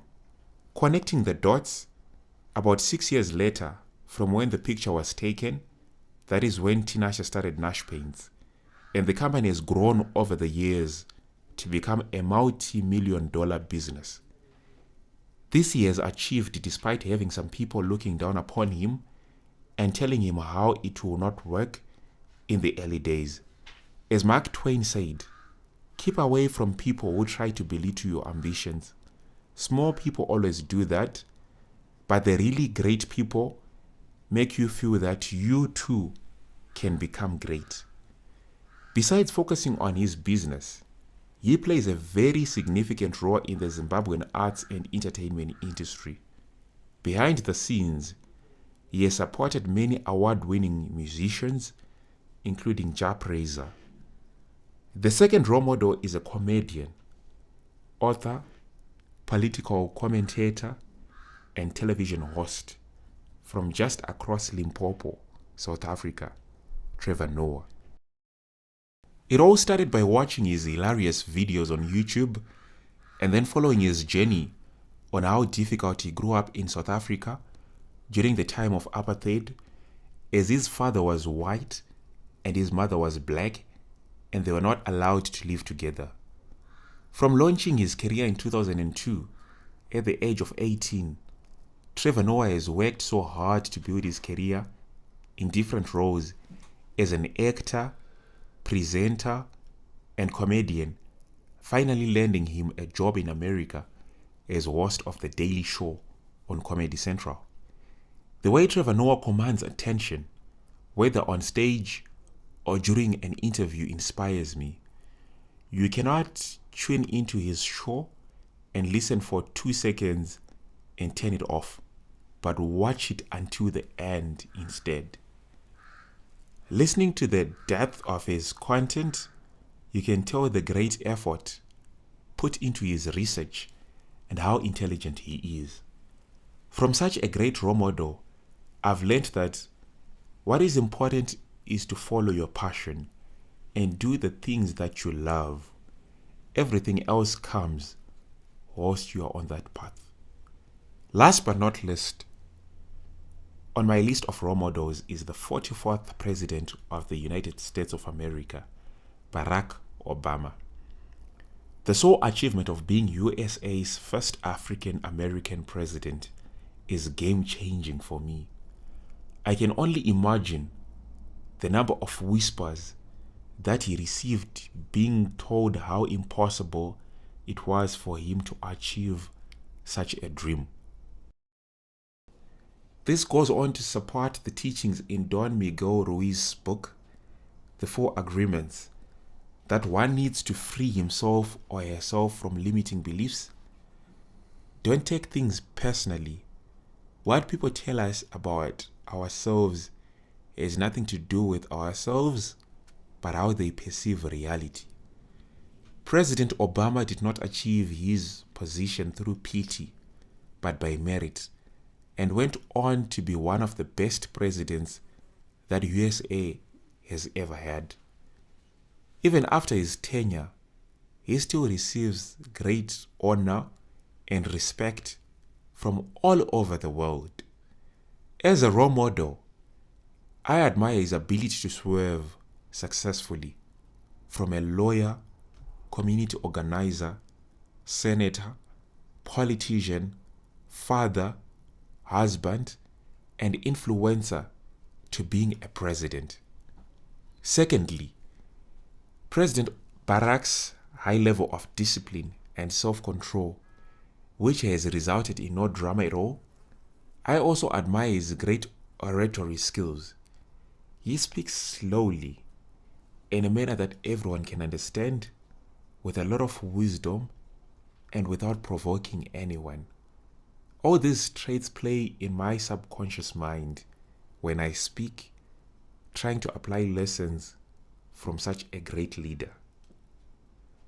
In conclusion, there is need to recognize that mentors, coaches, and role models are human beings too. They are not perfect. They might also possess certain bad traits, attitudes, or characteristics. Take some time to watch their actions silently. Be smart about it. Take the good and leave the bad. They will be doing the same too. If they notice and perceive you to be less serious, they might abandon you. Show focus and seriousness so that they can devote their precious time for you. Some mentors, like some parents, might want you to accomplish what they failed to do, which might not be in line with your personal goals or targets. Having your goals and targets set already can assist you in following the right path. Be skeptical, but not too skeptical to the point of missing the learning points. Chapter summary. One needs a mentor, life coach, or role model. If you don't have one, go and get one. They all possess life experiences which you can learn from. They are human and not perfect. Take the good and leave the bad habits. Show a reasonable level of focus and seriousness to get the best.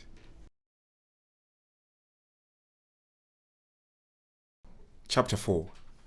The importance of one's manners, values, attitude, and character. Your attitude is an expression of your values and expectations. Zabid Abbas. When values, thoughts, feelings, and actions are in alignment, a person becomes focused and character is strengthened. John C. Maxwell. Good values are like a magnet. They attract good people. John Wooden.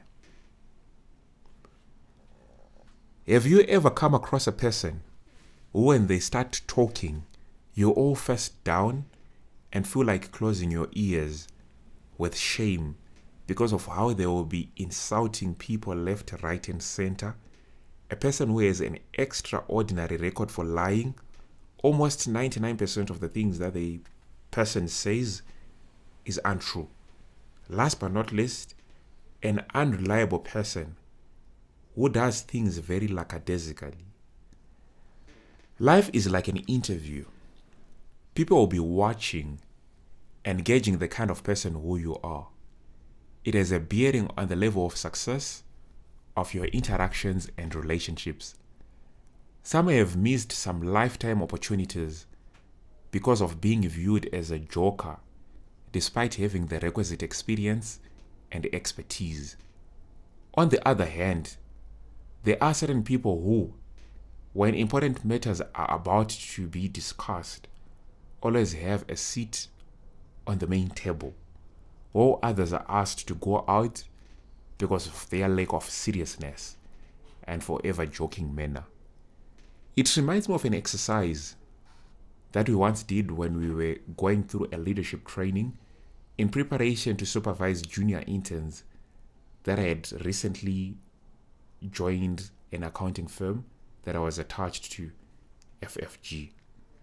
There were about 7 of us, and everyone was asked to list the names of everyone who was part of that training, ranking them in accordance of levels of seriousness and leadership skills, with the person that we considered to be more of a serious person or a leader at the top, and the last person being one considered to be a joker. The objective for this exercise was to demonstrate that how one is viewed by his or her peers is the same way that he or she is going to be viewed by his or her subordinates. We all knew each other well, both trainers and trainees, since we had worked together for a long time. None of the trainees had an opportunity to see the results, but we were shocked when the trainers said the results came out almost the same. What it meant for me was that people that you interact with more often have almost the same opinion of the kind of person you are. Unfortunately, you are not told and given an opportunity to explain yourself. The only way you can change that opinion is if, over time, you change your manners, values, attitude, and character. We can't all be the same or be perfect. We are all different. However, we can't expect people to tolerate our bad habits, traits, or manners instead. The world is brutal, and no one owes you a favor. It is important that you strive to be better. This can be done by investing time and other resources in training on soft skills. Before we go any further, values can be defined as principles or standards of behavior, one's judgment of what is important in life. Secondly, attitude is a predisposition or tendency to respond positively or negatively towards a certain idea, object, person, or situation. Attitude influences an individual's choice of action and responses to challenges. Incentives and rewards, together called stimuli. Last but not least, character is the mental and moral qualities distinctive to an individual. Lest you deceive yourself, attitude is everything, and with the right attitude, anything is possible. I remember my former boss used to say, "What matters most to me is a person's attitude more than anything else." In the interview and during the probation period, you would be assessing the person's attitude more than anything else. His argument was, a person with the right attitude is trainable and more productive in the long run. I have often heard these phrases. People buy from the people that they like. You need to dress like a prospect, not a suspect. And dress the way you want to be addressed. I totally agree with all of them. In addition, I would say people prefer to work with people that they like and trust. People marry and stay with people that they love and trust. People follow leaders that they like, respect, and trust.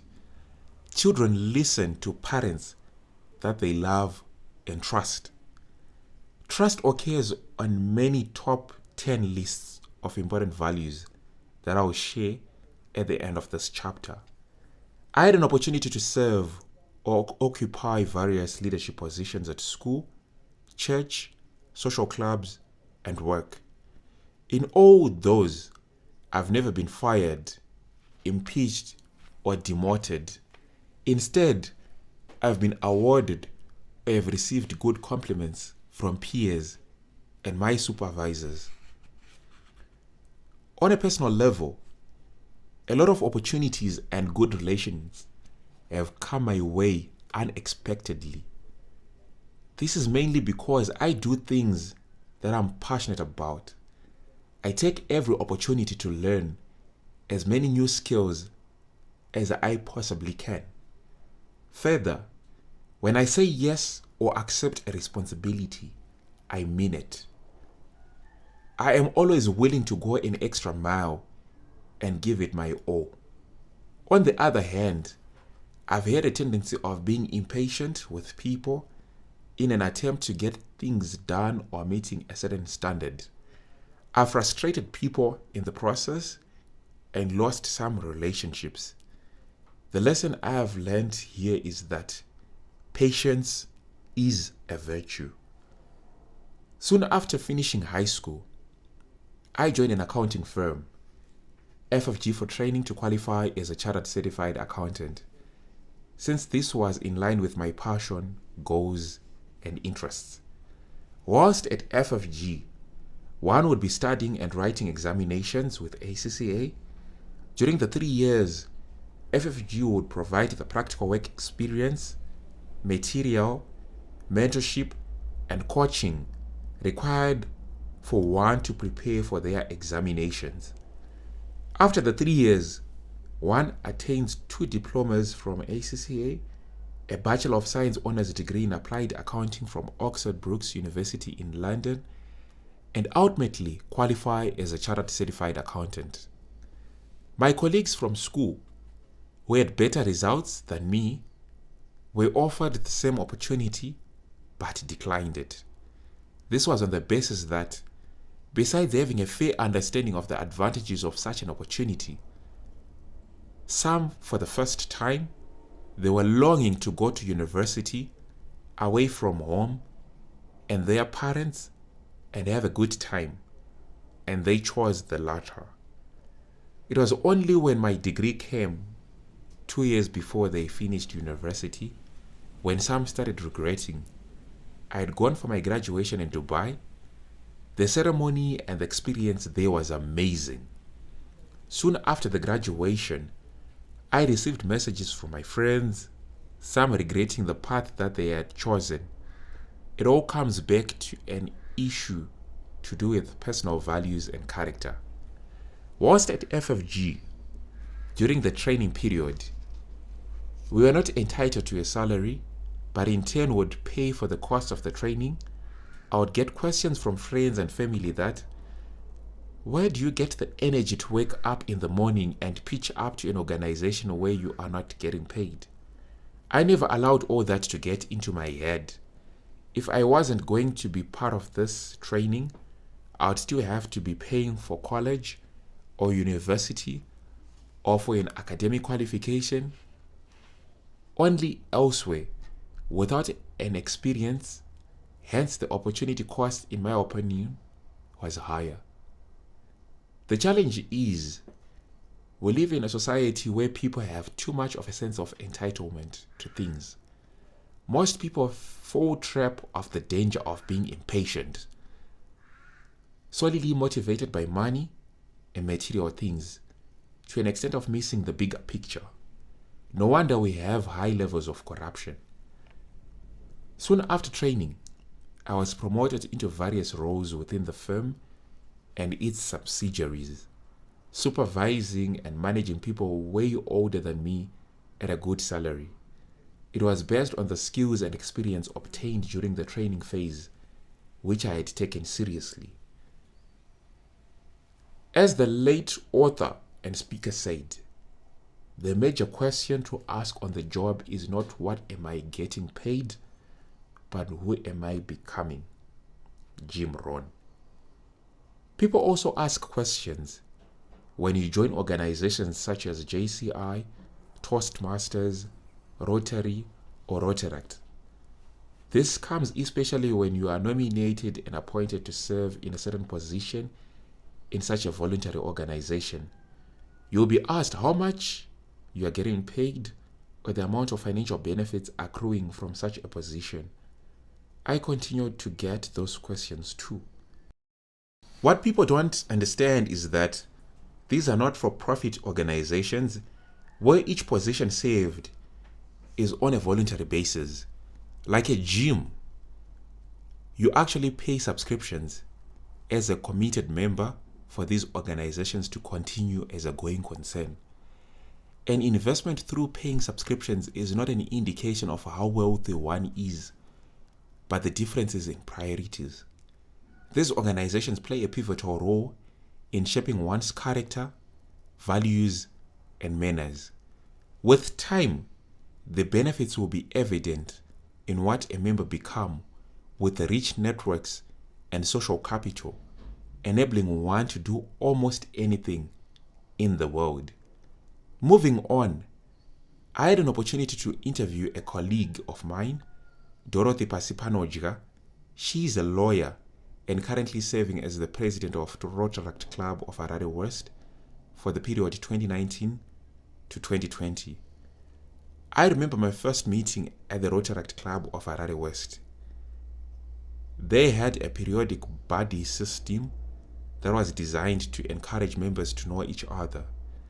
Dorothy and I were paired together, and that is how I got to know her.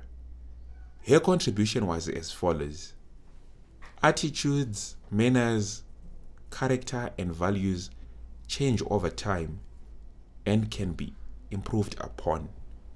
We are only as good as what we are exposed to.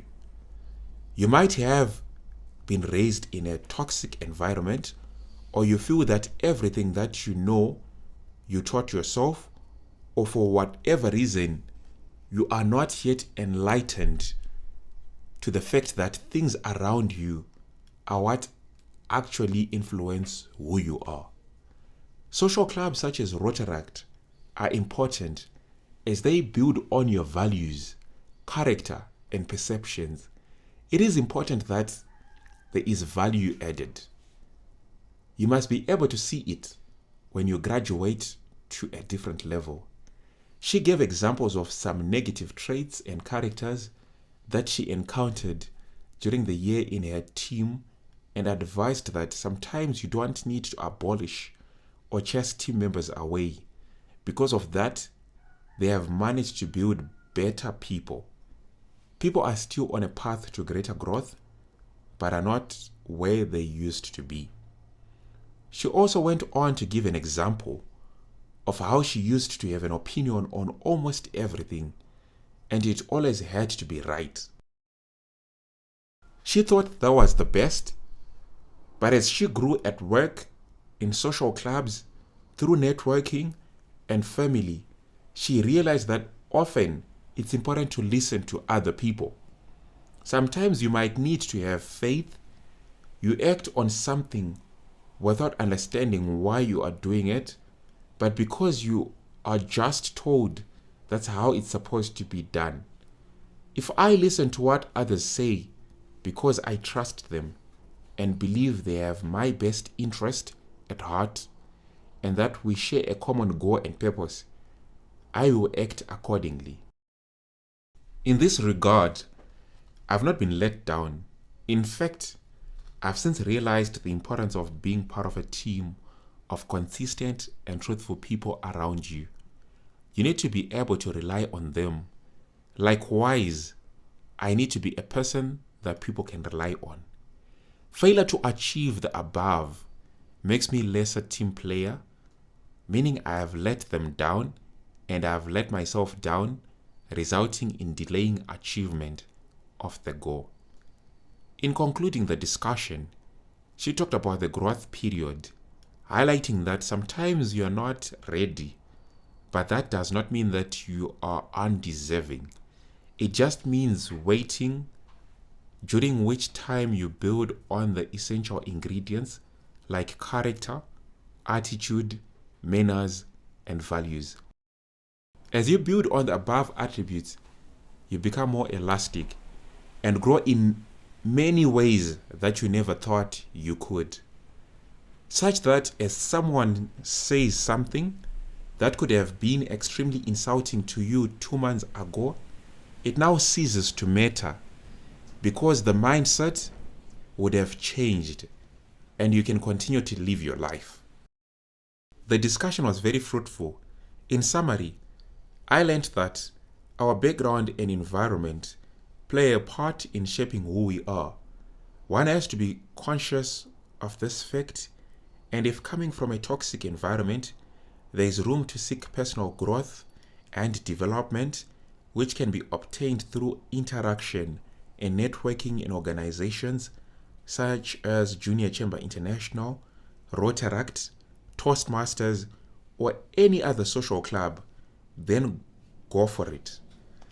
This leads to the growth period, preparing you for other opportunities in the future that you deserve. I would recommend that on this journey called life, aim to be a better version of yourself daily. Challenge yourself not to go to bed being the same. You could ask yourself these random questions and be true to yourself. Would you want a friend like you? Would you employ yourself? Would you follow a leader like you? Would you marry yourself? Would you listen to a parent like you? If you answer yes on all 5 questions, well done. If you had a no, find out what the problem is and fix it. Failure to fix it might lead to problems sooner or later. An attempt has been made to give diverse and practical views on the subject, and it is my hope that you learned something of importance. I would like to end the chapter by giving some personal values that can play a pivotal role in creating good relations. These are: be honest and a person of integrity. Respect others. Be consistent. Be sincere. Forgive others. Be tolerant. Be kind. Commit to continuous personal development. Do not judge others. Let your intentions be genuine. Be patient. Bonus, mind your own business. Attitude diseases are deadly. They have the potential of destroying everything that you may have built. One must change, preferably before you are forced to. Chapter 5. How to strike a balance between humility and confidence. A great man is always willing to be little. Ralph Waldo Emerson. Humble on the outside, confident on the inside. A quote from picturequotes.com. There is a thin line between confidence and arrogance. It's called humility. Confidence smiles. Arrogance smirks. Unknown. Humility can be defined as the quality of having a modest or low view of one's importance. On the other hand, confidence is feeling or showing certainty in oneself or on one's abilities or qualities. Confidence is key for one to achieve personal goals in life. People who are confident are not afraid to share their opinion, address people, or take risks. In the process, as one gets successful, striking a balance between confidence and humility can be a struggle for some people. Subconsciously, success can get into one's head and arrogance kicks in. Growing up, I used to be very shy. I would take any opportunity that would come my way to be a spectator and avoid speaking on stage. I remember the first time I was asked to give an icebreaker was in Form 4 at Churchill Boys High School during a public speaking event. I felt so weak, like there was a ton of bricks falling on me. I made an attempt to give it a shot and stood up since all eyes were on me. I couldn't move from where I was sitting to the stage as my legs and knees were shivering. The MC tried to make it easier and asked me to give a speech for a minute on a random topic from where I was, but I could not mumble even a single word. It was a total embarrassment. The worst part is there was a bevy of beautiful girls from Queen Elizabeth in the crowd. These are moments which, when I look back, I laugh at myself and wonder what was wrong with me. I then got to learn from friends like Pinio Mugwanda on how to become an effective public speaker whilst in school, and after school through mentors like the Juggernaut, Trinos Dongo. It has been a step-by-step process, and I'm still learning with a goal of becoming better each day. To date, I've gone on to speak in front of huge crowds at school assemblies, career guidance seminars, training programs, conferences, pitching events, and public speaking competitions.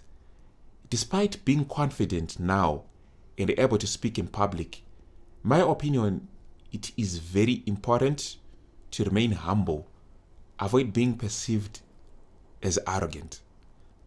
That thin line at times can be difficult to balance. I've met a few people who have undoubted confidence whilst very humble. Many are on the extremes, confident and arrogant, or humble but not confident at all. I'll share contributions from a few people that I've met that are confident and humble. One of them is a distinguished Toastmaster, Mr. Warren Gapara. I first met him when I was in high school during one of our Toastmasters Club meetings. As soon as you walked into the room, I could tell that the gentleman was confident, and I couldn't wait to hear him speak. After his speech that night, I went home not only motivated and inspired, but to be a better speaker, but to be humble. When I asked him for his contribution on the subject of this chapter, this is what he had to say. There are some people who go through life with a certain ease, absolutely in control of themselves.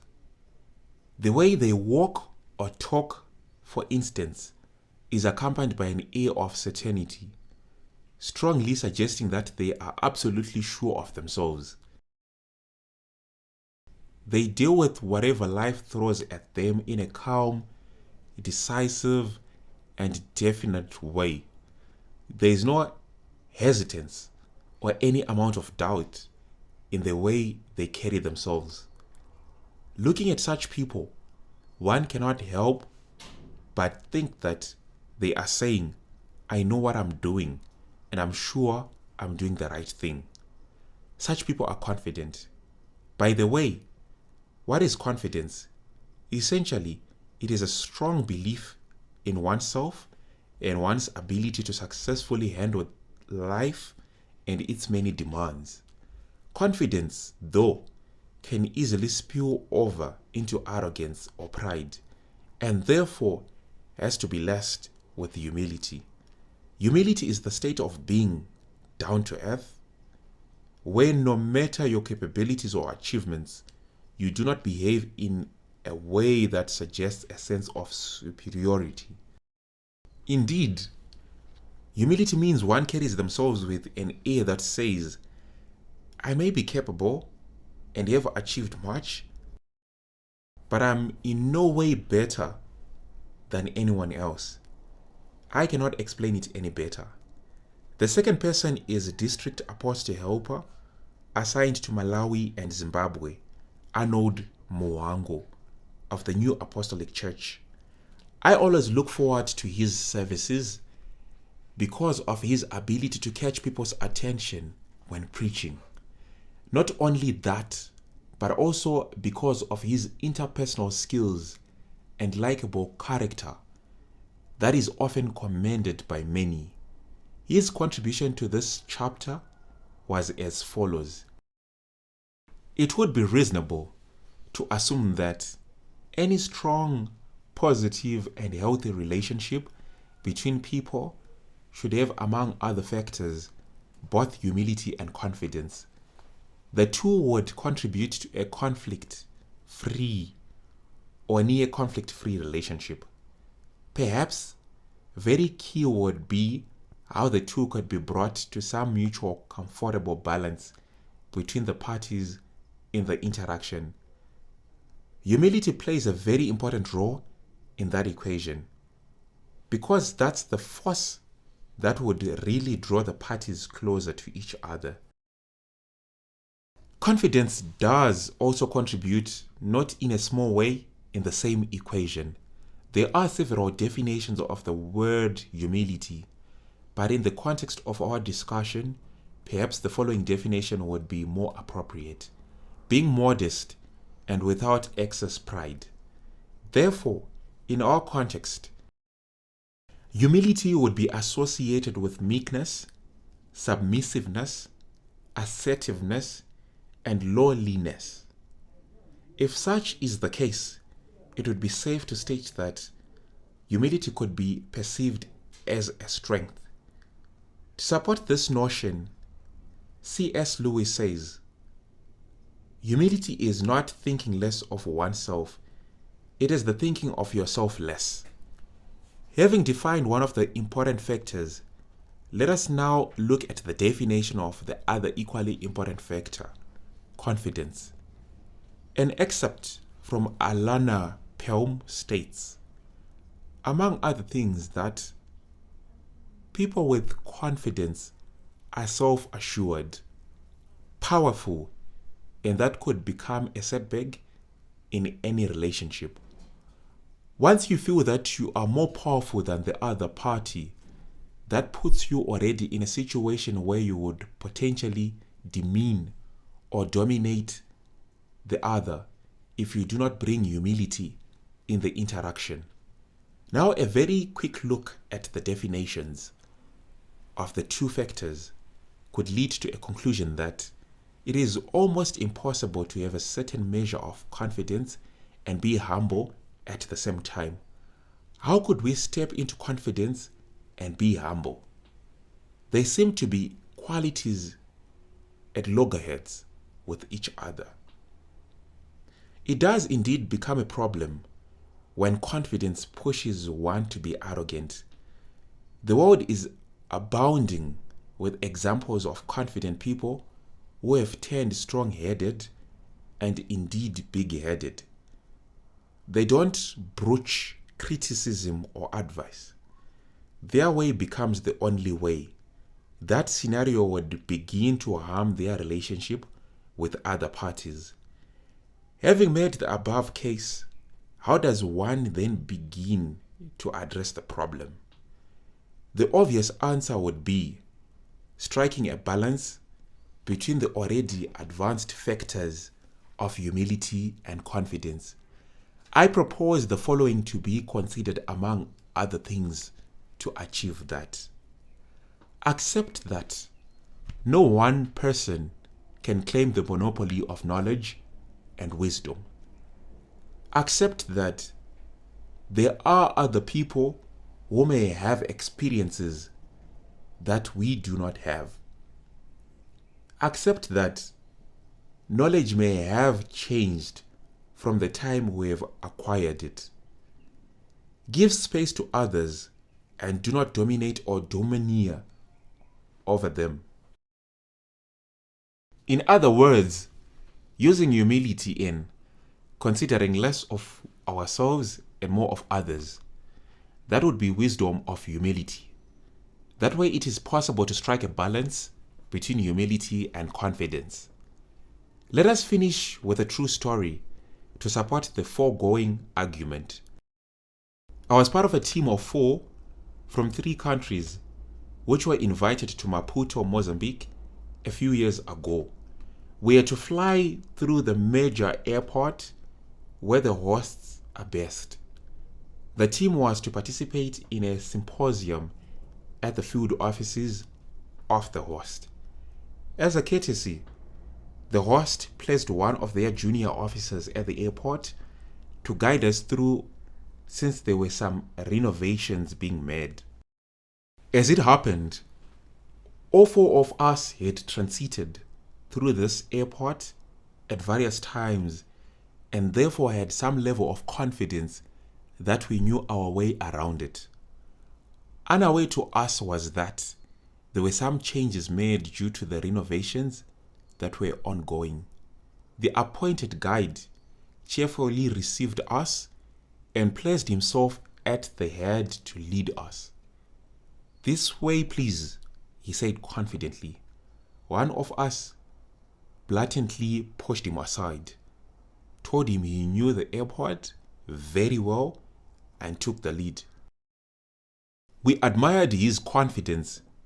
We followed him to where he thought the departure gates were, only to discover that the places were boarded off. Embarrassingly, we returned to where we had left our young guide. He was still standing there, open-mouthed. Then he recovered, smiled, and once again said, "This way, please." The question still lingers in my head.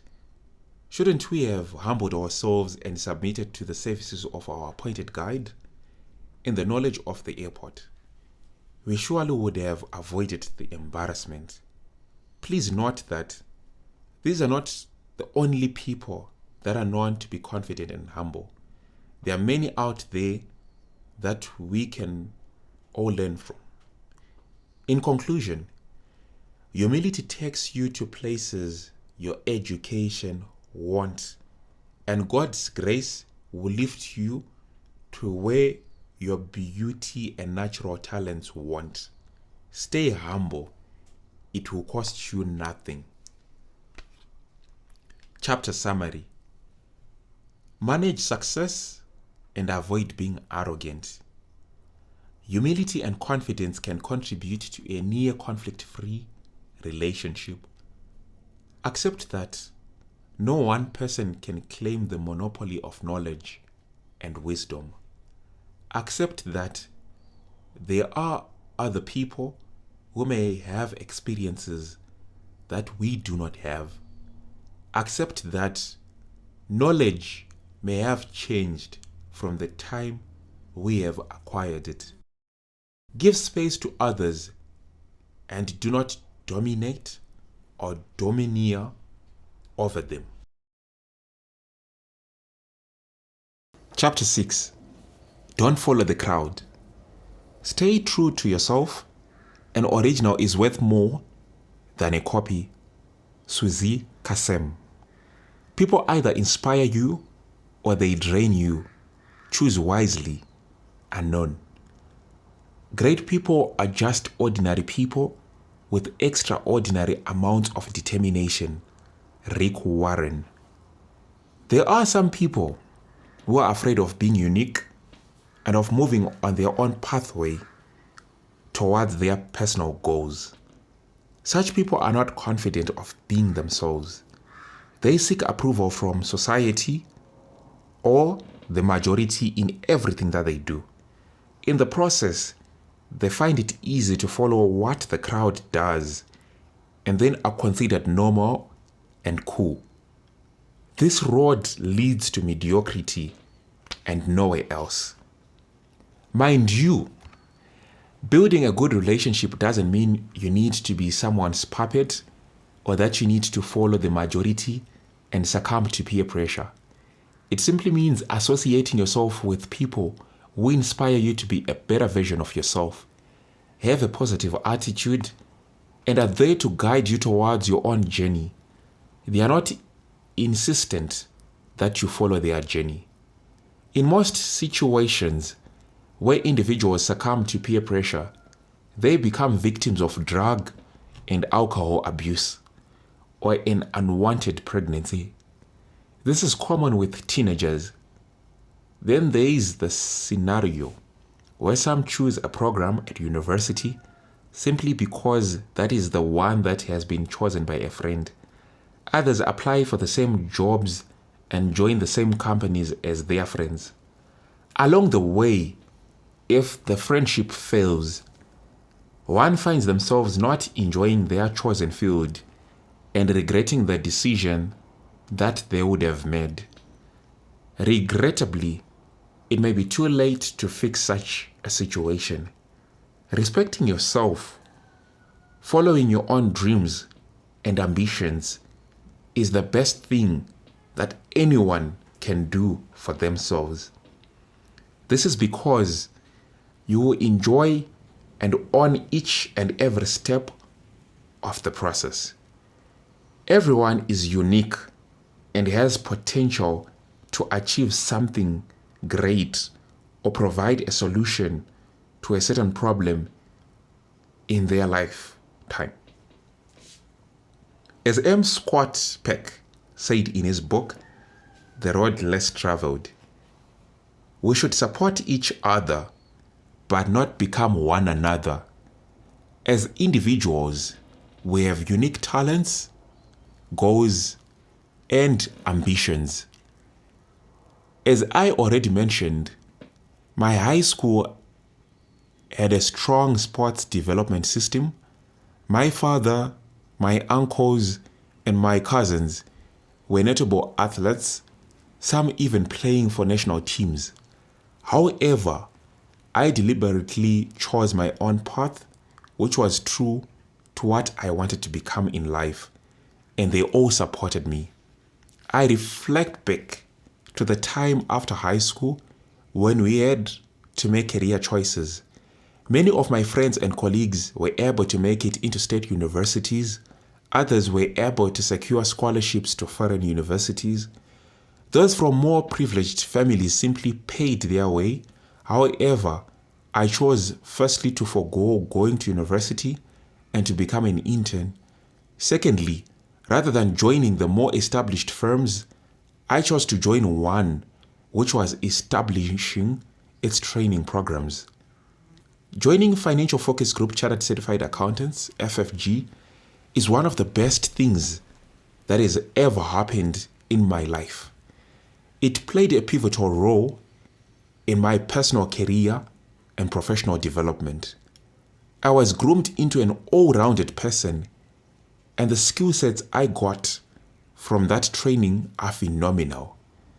The greatest advantage was that, as part of the first team to be trained, we got exposed to a lot more than those who then joined in the later years. 5 years later, I had a professional accounting qualification to talk about, an honors degree, and professional working experience, whilst my colleagues were just graduating from university with little or no professional experience to talk about. This is before we talk of the mentoring and grooming. For parents, do not expect your child to be just like you. Give them room to follow their passions and support your children through exposing them with the right mentors that can assist them to achieve the best in their chosen field. Some of the greatest inventions and achievements in the world could not have been made if the inventors were busy following others and being forced to follow certain paths by those around them. As Pastor Tom Dushaw of Celebration Church said, "Do not let people build your world for you. They always build it too small." Through following their own passions and the burning desire inside them, fellow Zimbabweans like Strive Masiwa went on to create an empire in the telecommunications industry. Oliver Mtukudzi went on to be a legend and music icon. Kirsty Coventry went on to represent the country in swimming and won several Olympics medals. There are people from different disciplines in life, from business, music, to sport. Despite that, what is common in each and every one of them is they didn't focus on limiting beliefs on what they could achieve as individuals. They didn't follow ready-made paths. They created paths for many others that came after them. What if they had all chosen to be mediocre, lazy, and to give up? Would they not have shortchanged themselves, their families, nations, and the world at large? Think of that the next time you find yourself in doubt and thinking of being ordinary. When things fail, after following your own dreams and ambitions, you won't have anyone to blame but yourself. It is important to learn to take responsibility for your own actions and not act like a victim.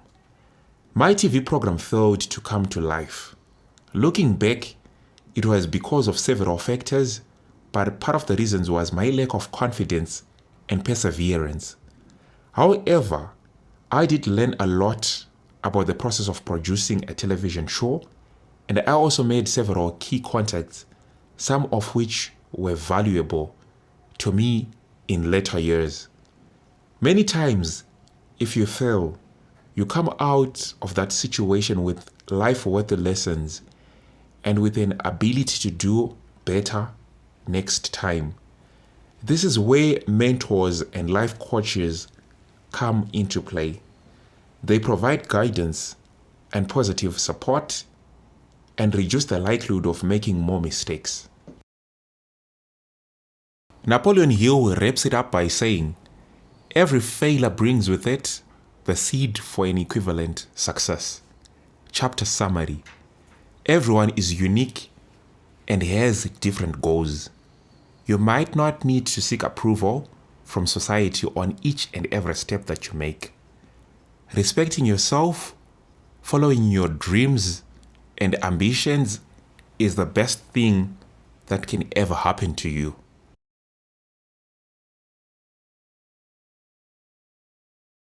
Chapter 7. Leave a legacy. No matter what happens in life, be good to people. Being good to people is a wonderful legacy to leave behind. Taylor Swift. Legacy for me is not leaving your name written on a wall or leaving inheritance for your children. Legacy for me is writing your name in people's hearts because you would have impacted a life. Something that will keep your name alive even when you die. Sifosenkosi Kadzutu. Legacy is the lasting impact someone has on other people. It is also a gift one leaves for the world. In 1957, my grandmother and grandfather left Zambia, coming into Zimbabwe, which was still Rhodesia then. My grandfather was an evangelist. He was tasked by the head of the church in Zambia and Zimbabwe to come and work in the church office here in Harare. He had no relatives in Zimbabwe. All relatives were in Zambia. My grandfather, Muviana Mubu Aongola, was born in Nasiwi village in the district of Mongu, situated in the western province of Zambia, formerly Varotseland. He was the second of 3 children. He did his primary education in the village, where his father was a teacher. At the age of 15, he and his uncle, one Henry Muvuyayeta, walked from Mongu to Livingstone. This is a distance of about 500 kilometers or more. In Livingstone, he was en route to Ndola to live with his elder sister and pursue further studies. He would help grow vegetables and other crops. After they had been sold, he would then pay his fees and go to school. His schooling was not smooth sailing, as he had to take breaks and do some farming to raise funds. Finally, he went to Munali Boys Secondary School in Lusaka, Zambia. When he completed school, he went to Livingstone, where he worked as a builder. In his spare time, he would do translations of the Word of Life, circulars, for the church from the English language into Lozi. This was mostly in the evening, and he would use a tree lamp and an ancient typewriter. At this point, he was not yet a church minister. He was then ordained a deacon in the church, and a few years later as an evangelist. At this point, he was then tasked to move to Zimbabwe, then southern Rhodesia. He did his ministerial work up until he retired in the 1990s.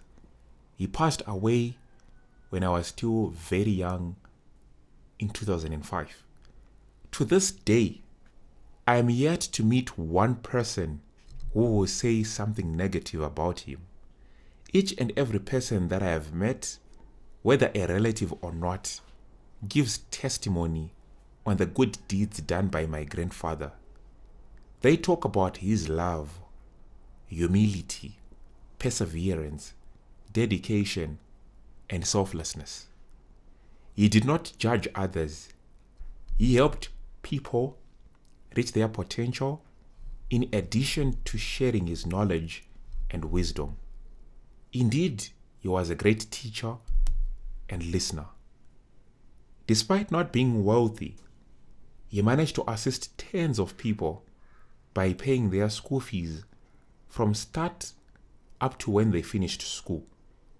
In the community and the church, he would help the less fortunate with food and clothes. Some have gone on to be highly successful and rich people. He didn't do all this for personal gain or so that they could pay him back.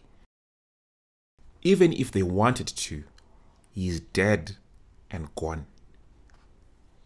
Even though he is gone, we, his descendants, are benefiting from his good legacy.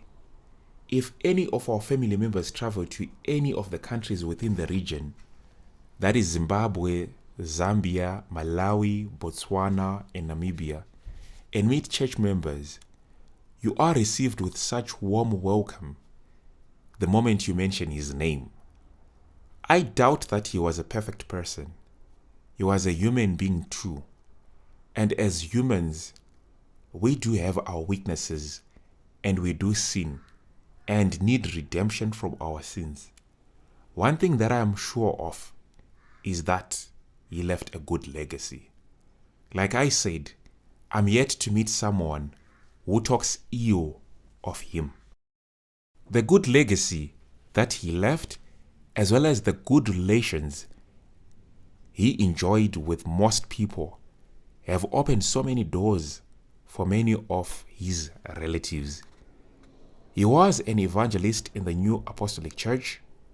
For a moment, think of the scandals and all the bad news that is circulated about today's pastors and ministers.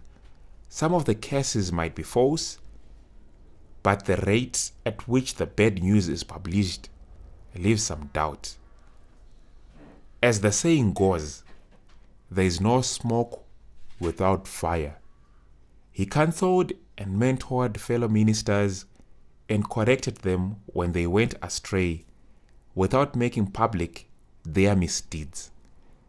As an evangelist, his home was open not only to church members and family, but also to members of the community and anyone in need. He assisted in the repatriation of most immigrant workers by facilitating their travel papers and documents through the embassy office.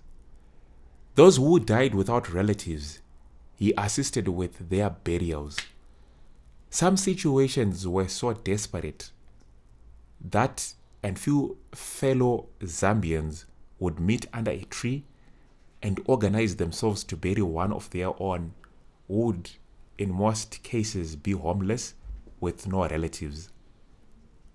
This done, he would, in a lot of instances, help the surviving spouse and children go back to their respective homes in Zambia. Apart from burying people, some would come from Zambia seeking medical assistance.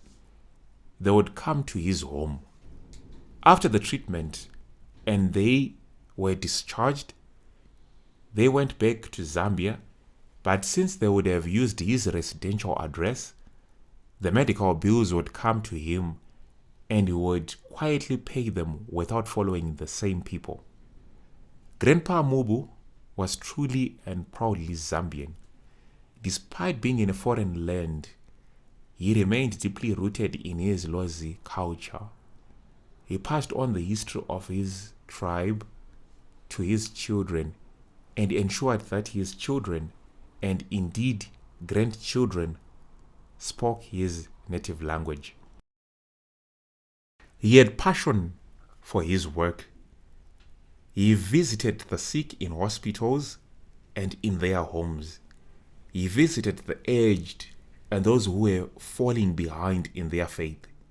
He would visit and uplift them.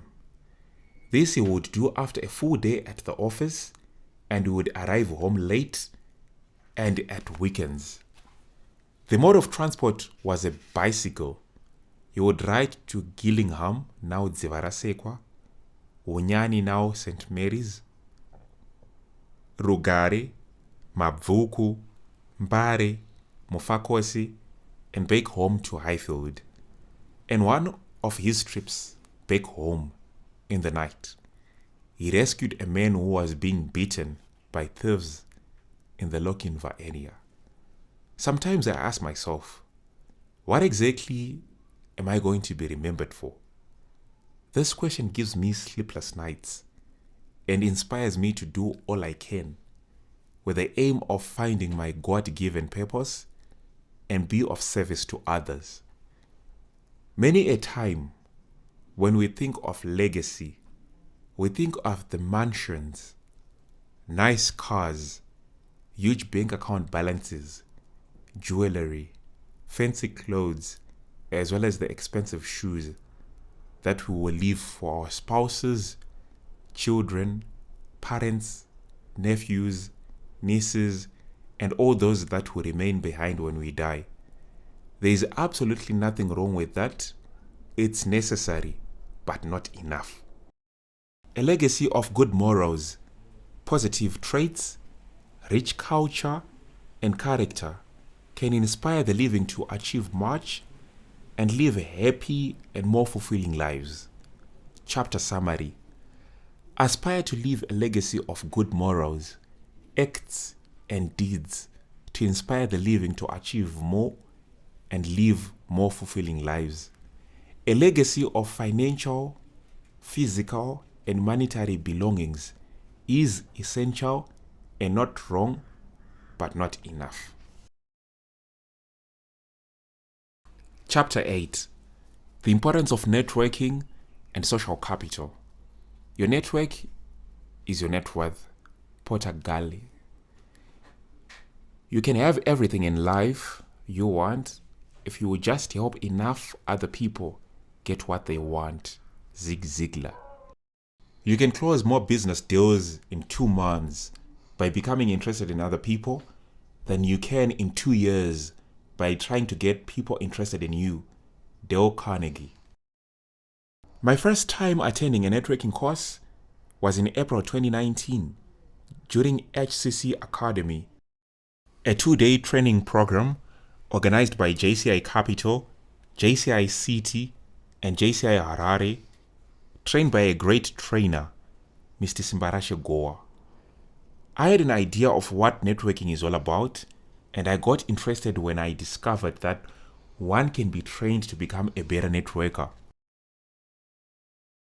We were given a seemingly simple exercise of coming up with a total number of people that we interact with on social media, our friends, business associates, professional associations, and others. My total was a couple of thousands, so as many of my fellow trainees. The gear was changed higher. A question was asked. From that list, in a minute, write down 10 top contacts, not including family members and close friends. How many of those will meet you at 2 a.m. in the morning if you need help on the road? Leave during work to meet and talk about something important to you. Lend you a month worth of salary. Lend you their car if you need it. Put their reputation at risk by referring you to a client. He went on to ask a follow-up question. How many would you do the same for on that list? The game had just changed. It was a mammoth task compiling the list of 10 people in a minute. I spent more seconds scratching my head than writing. For some contacts, despite putting down their name, I still had doubt whether they would really do it or it was just me overstating my expectations. That course gave me a totally new and robust perspective of what exactly networking is all about. Before that training, I would go to a networking event and concentrate more on collecting and dishing out tens of business cards without focusing on building a connection. On top of that, I would do most, if not all, the talking with little, if not none, of listening. I got to learn that networking is about generating connection, goodwill, and mutual benefits. It is not about selling anything or collecting business cards. Ask me any day, my answer will remain the same. Networking is important, full stop. I pursued my career of choice, got my first job, traveled to many places I never thought I would ever be, got great mentors, created lifetime friends, and got clients through networking. By the way, all these came indirectly I did not beg for them, nor did I go out looking for a specific opportunity. All the opportunities came at different times, different places, and from different people. Sometimes all you need to do is to just show up and not keep yourself in your small world thinking that you have got it all and you are on top of your game. No, you are not. Just pitching up at an event can open your eyes in a way that you never imagined. I've always been a fan of networking. I take whatever opportunity that comes my way to attend different types of events, to meet, talk to new people, and learn. You can also know what to pick and what not to, and avoid attending any event and grabbing every opportunity. Some of them are not meant for you. Through just showing up, interacting, and networking, this is how one creates social capital. I have a colleague of mine who once attended an international conference, and after 6 months, he was complaining that they were no longer talking or in touch with all the people that he had met at that conference, and he got nothing out of it. Sometimes you need to be very patient. You don't get the benefits instantly, all the time. For example, the next time that he wants to visit a country from which he had a representative from during the conference, who will that person consult? Of course, that same person that they once attended a conference with. Networking can be likened to planting a long-term seed, which will sprout later. A good example is when I met Itai Manyere, the 2020 JCI World President. It was back in 2018 during a JCI social event. The social event had very low attendance, and to his surprise, he was questioning whether people were too busy to attend such an event on a Saturday afternoon or because they had no money. The funny thing is, at the time he was a JCI Executive Vice President for Africa and the Middle East. If there was anyone who was busy, it could have been him, as he had more than 38 countries in the area that he was in charge of. On the issue of money, I remember he explained that he had recently posted in a WhatsApp group calling on those that were interested in attending an upcoming event at the time, which was the 2018 JCI Zimbabwe Recharge Mid-Year Convention, to inbox him if they required financial assistance in traveling for the event. To his surprise, only one person had approached him, despite the numbers of the people attending that event being low at the time. I was one of the culprits. I had a lovely excuse where I would say, I'm dedicated to project work only in JCI, and I will not travel since traveling is expensive. I took the opportunity at the time and approached him, and that is how I traveled first in JCI to Binga. It was a lifetime experience. Since then, I've never missed any local traveling opportunity that comes. The best way to sum up all my travel experience to date is, the world is a book, and those who do not travel read only a page, by St. Augustine. Later on, through more interaction, President Itai realized that I was interested in running. At that time, I was running about 2 to 4 kilometers, and I thought I'd reached my full potential. He introduced me to a running group where we had a number of JCI members who also love running, the likes of Talik Mabena, Sten Muchongwe, Evans Masau, Samuel Nehumba, and Archie Mativela. On average, people were running 10Ks a day. I was inspired to up my game and do the same. Just when I thought I had reached the ceiling again, Talik and President Itai introduced me to a running club, Runmates, which they are members. What I experienced there was a shocker. ladies and gentlemen that even run half a marathon just before starting their day. I knew about the world's largest ultra marathon, Comrades Marathon, but I had never had an encounter with any of the comrades. Comrades Marathon is approximately 87 kilometers and runners have to finish within 11 to 12 hours. I was inspired when I learned that in Runmates, there were Comrades Marathon finishers, the likes of Sir Eno, Captain Simon, and Tendai, just to mention but a few.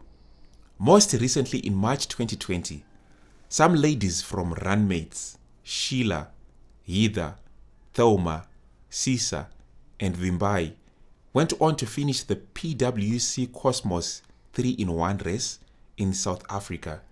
The total distance of the race is 73.3 kilometers. Runners run 3 distances in a day: 41.2 kilometers, 21.1 kilometers, and 10 kilometers. When you are put in a place surrounded by such amazing go-getters, people of great discipline, endurance, hard work, and dedication, the energy transferred is just phenomenal. I've gone on to complete more than 5 half marathons, 21.1 kilometers, and 1 full marathon, 42.2 kilometers. I am still going and looking forward to finish the Comrades Marathon one day. Now on a cold winter morning, or when feeling tired, hesitating to go out and run, I receive a message or call from Tatenda, a fellow runmate, asking me to go out and run with her since we stay in the same neighborhood. I'll be left with no choice but to beat the temptation of remaining in bed. If not that, there will be a Team Chamembe run organized by Captain Sheila, one of the most consistent runners and fitness enthusiasts that I've ever met. Team Chamembe is a Runmates subgroup for members that live in the southern suburbs of Harare, which I'm also part of. Members meet frequently and run together. At school, I used to find it hard to complete 400 meters, and it never struck my mind that I would ever complete 21 kilometers in my lifetime, not knowing that it is all in the mind. Running has become so much fun and part of my daily routine. I've experienced so many benefits that come with running, including stress relief, maintaining physical fitness, good health, boosting confidence, and energy. All this would not have been the same when running alone, without a strong team to look up to for inspiration, motivation, and support. Despite just running together, business opportunities have also come my way from fellow runmates. I remember during back to school period, marketing my stationery, supply and delivery business, Game Changers Stationery, I just got a huge order from Sengoda College, where a fellow runmate, Yemu, works. Sengoda College have become one of our big clients. I've just given one good example of a connection that was established through networking with President Itai back in May 2018 at a social event where some didn't pitch up because of some excuses that they had. That connection has created many opportunities for me, from mentorship, travel, fitness, mental health, and business, just to mention but a few. During the process of writing this book, I had an opportunity to discuss about this chapter with a good friend of mine, Andrew Tsuro, who achieved the highest accolade that one can ever achieve in Toastmasters, of being a distinguished Toastmaster. He attained it twice. I'm so proud and inspired by his visionary, coaching, leadership, and pace-setting ability. We first met in 2013 when we joined the Harare City Junior Council as junior councillors. His contribution on the importance of networking was, how unfair is it that some animals are just more equal than others? I have a lot of pride. Had you been with us on that flight to Dubai, where I sat next to a lady who changed my approach to my interaction with people. Your network is indeed your net worth. Take care of it. She shared with me how she saved 76%. Yes, we calculated it. Of what I spent for this trip just by reaching out to her network. Her shuttle from the airport to her hotel was a gentleman who she met at a convention. Her accommodation was complimentary of a previous client she consulted for, and each day of her vacation, sightseeing and meals was catered for by friends and peers from the organizations she was a part of. I have pride, but from this, I was envious. Networking is not just an exchange of business cards. It's an exchange of support. You build relations based on mutual benefit. I shrink whenever I think of the times I got stuck in foreign places, the queues I could have avoided by calling in a favor, or better yet, the invaluable experiences. Networking makes experiences less expensive and more rewarding, hence enhancing your net worth. Take care of it. Just show up. Earlier on in this chapter, I talked about just showing up at an event, conference, or gathering instead of spending most of the time alone, because you never know the place, time, and deliverer of your lifetime opportunity.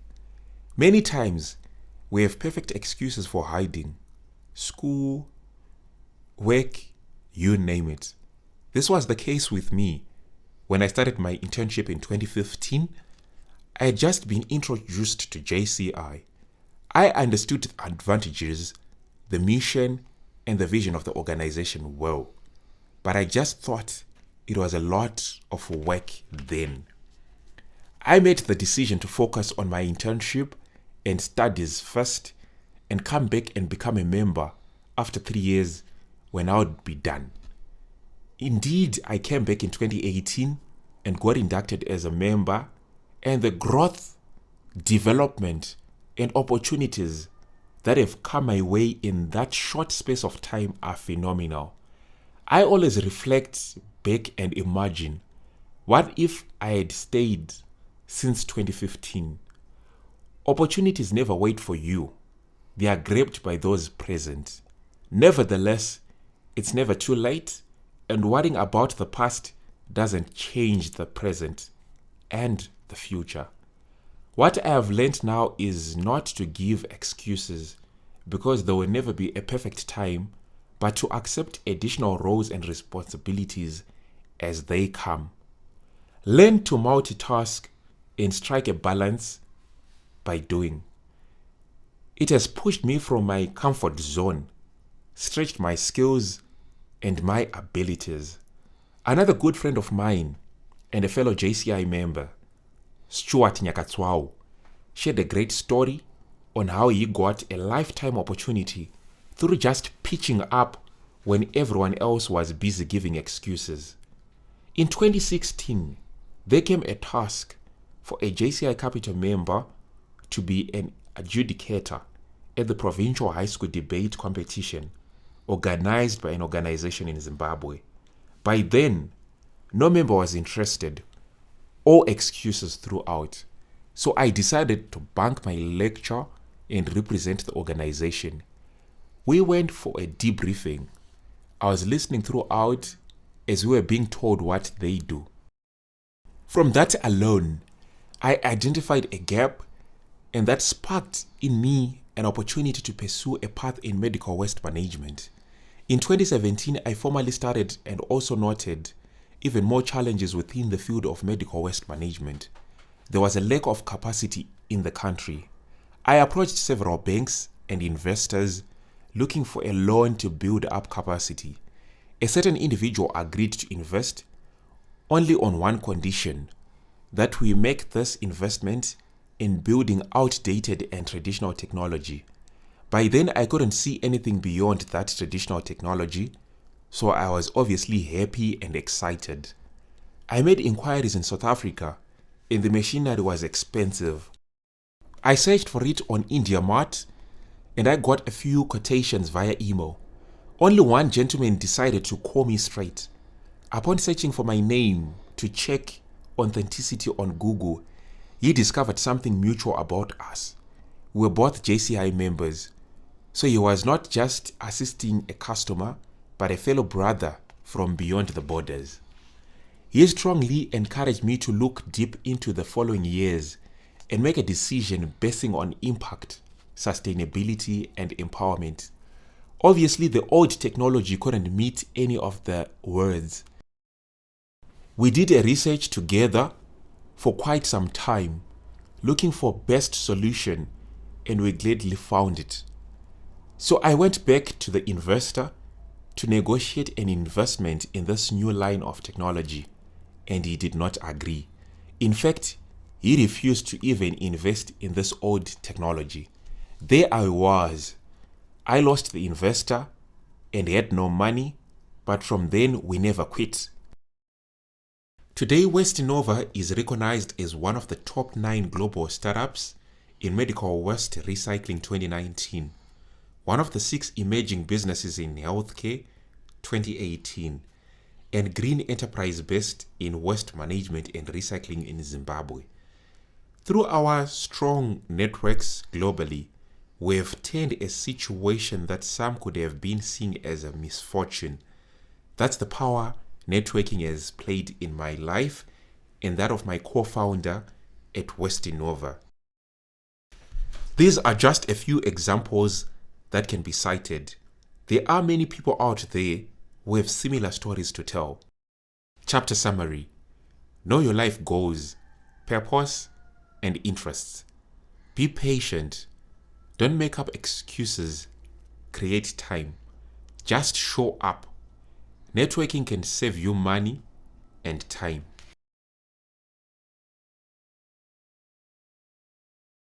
Chapter 9: Achieving Greatness. Treasure your relationships, not your possessions. Anthony J.D. Angelo. A wise teacher learns in the midst of teaching. A wise student teaches in the midst of learning. Molly Marty. How many would take an opportunity to have Mother Teresa as a mentor on humanitarian work? Nelson Mandela on peace and dedication to freedom. Steve Jobs on how to develop a unique product and rules of becoming a great entrepreneur. I'm sure each and every one of us would grab such a great opportunity. However, on the other hand, have you taken time to read books written by these great people that have gone before us? Have you taken time to read the biographies written on how these great people managed to achieve such great results and stand out? Everyone wants to be an achiever, but not everyone is willing to do what it takes to be an achiever. Going through a process of researching about the great people that have gone before us and reading their books can be found to be boring and unreasonable by some. But guess what? All the secrets on being successful in your field are lying somewhere in a book written by someone who has done well in your field already. Their books and biographies are a great treasure which they left behind for you and me. Do yourself a favor by reading and applying what they did and add on ideas of your own. It's that simple. Read the books at your own time and at your own pace. No one determines how fast you need to finish it. The most important thing is to read. You can't have an excuse of not having an opportunity to meet that great person before he or she died. Albert Einstein had a mentor. He would meet his mentor every Thursday for lunch. Jay-Z, the rapper, has a mentor. Oprah Winfrey has 2 mentors. Gandhi, Alexander the Great, Aristotle, Bill Gates, Paul Allen, Warren Buffett, and Benjamin Graham or had great mentors. Most of the great people had mentors. If you don't have one, you need to seriously consider getting one. If you want to become a millionaire, well, have a mentor who is a millionaire. There's a great poem which says, "Love your life, perfect your life, beautify all things in your life. Make your life long and its purpose in the service of your people." Mentors help you do exactly that. They are the shortcut that you are looking for. Greatness is around us. We need to strike a balance in life in terms of how we spend our time and the type of relationships that we have. This can be done by considering the following. 33% of the time, spend it with people that are lower than you. Mentor them. It makes you feel good about yourself. For the last 5 years, when I was still at Financial Focus Group Chartered Certified Accountants, FFG, I had an opportunity to lead the teams that would travel and make career guidance presentations to advanced level students from more than 30 schools around Zimbabwe each and every year. The career guidance presentations were focused on careers in accounting and finance and the various pathways that students can take after completing their advanced level studies if they intend to take a career in accounting or finance. This was done as part of FFG's corporate social responsibility, business development, and to inform students about FFG's Chartered Certified Accountancy internship program. A lot of my colleagues from work didn't enjoy conducting these presentations because the planning process was very hectic and demanding. In certain situations, especially for schools outside Harare, we would make up to 4 or 5 presentations a day to different schools in the same province. Traveling long distances, repeating the same presentations, and engaging with students by answering their different questions would become monotonous and tiresome. I enjoyed these presentations from day one up until to the day I left and gave the preparation and the delivery all my effort. This was mainly because I love traveling and getting to connect with different people from different backgrounds. I like taking every opportunity that comes for me to speak in public and sharpen my public speaking skills. I am passionate about assisting others without the intention of getting paid back. It makes me feel good in a way that I cannot even explain. These presentations made me understand and appreciate my career and the ACCA professional qualification much better. I improved on my public speaking skills and went on to be the JCI Zimbabwe 2018 National Public Speaking Champion and got an opportunity to travel to Mauritius for the JCI Africa and Middle East Area Conference. Remember, all this came through spending some time and giving back to people younger than me. To date, I have a number of young people that approach me to be their mentor and life coach, and I gladly accept. I assist some students in preparation for their ACCA examinations that I did exceptionally well, especially those I attained Certificate of Achievements from ACCA 4, as well as advanced level high school students in preparation for their final accounting examinations. In the process, I get to revise and reflect on certain principles and apply them in my businesses and projects. 33% of the time, spend it with people who are at your level, who are your friends and peers. The majority of people make a mistake of spending 100% of their time with people that are at their level, mostly because they are likely to be the ones around you most of the time.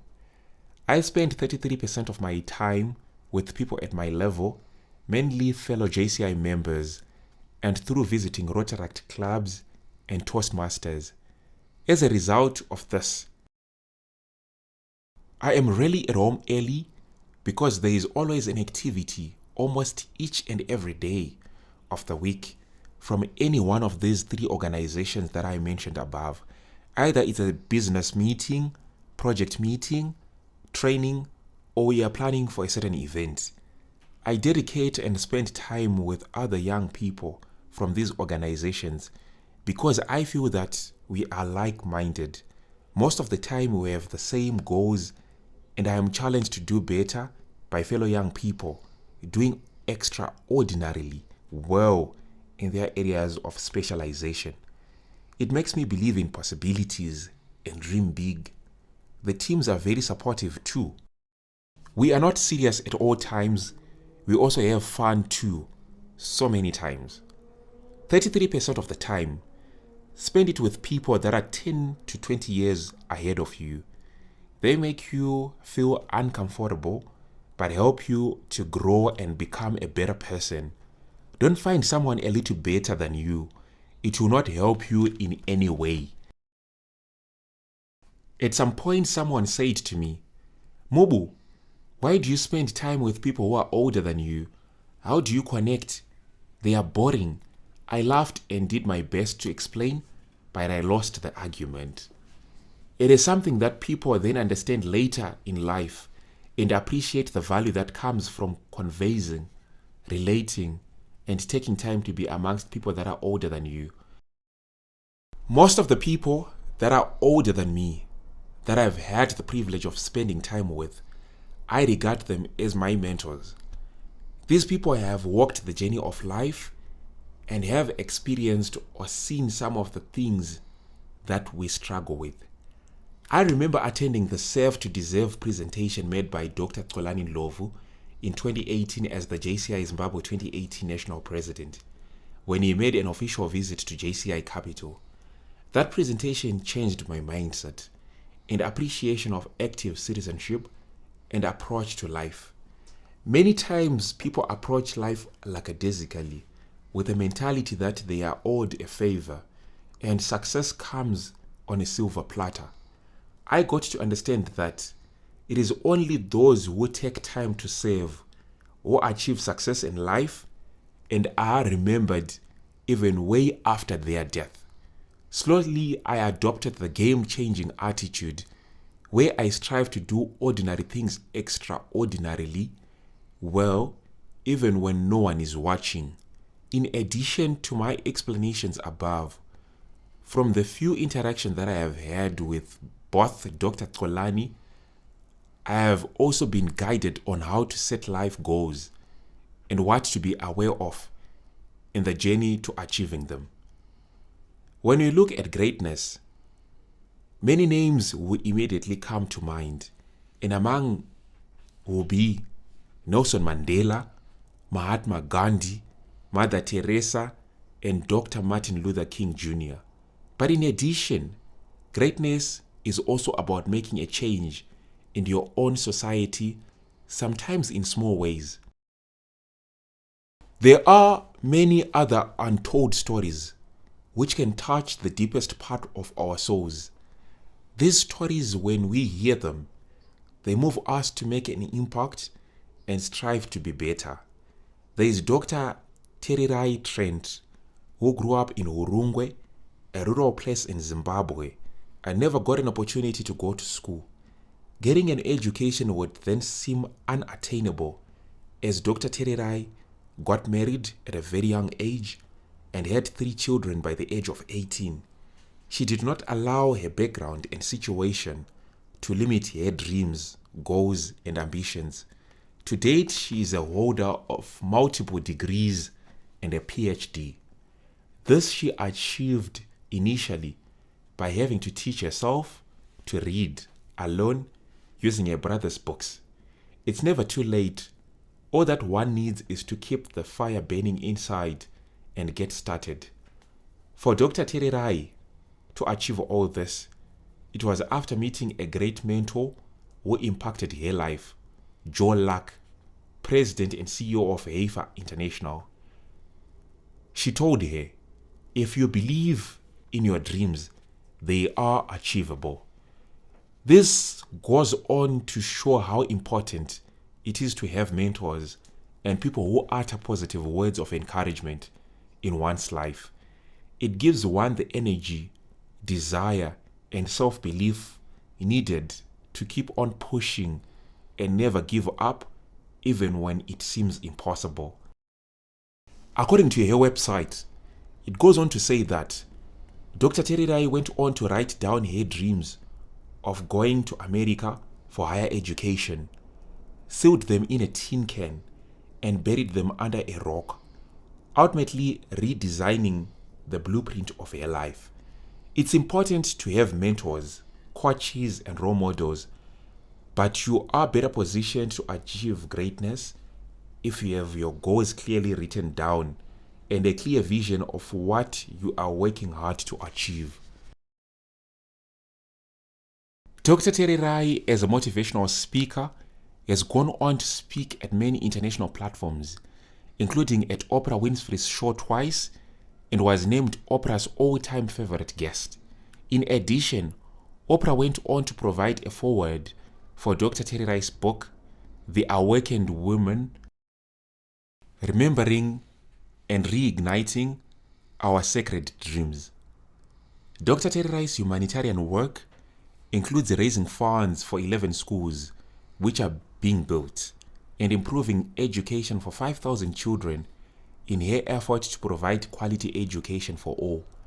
Today, Dr. Terirai stands as one of the top 10 most inspiring women sculpted for equal rights, honored by the New York City in United States of America in August 2019 with a life-size statue. Secondly, there is Brother Peter Tabichi from Kenya, who won the 2019 Global Teacher Prize. Peter Tabichi is a Franciscan brother who teaches science at a remote school, Keriko Mixed Day Secondary School, in the remote rural areas of Kenya. His hard work, passion, and dedication, as well as belief in his students' talents and abilities, enables his school to compete with Kenya's best secondary schools in science competitions, despite having students coming from poor backgrounds, walking long distances to school, and having only one computer at school, amongst other hosts of seemingly deterring factors. Some of his tangible results as a teacher are: his students came up with a way of harnessing local plant life to generate electricity and won an award from the Royal Society of Chemistry. His mathematics and science students made it to participate in the 2019 Intel International Science and Engineering Fair in Arizona in the United States of America.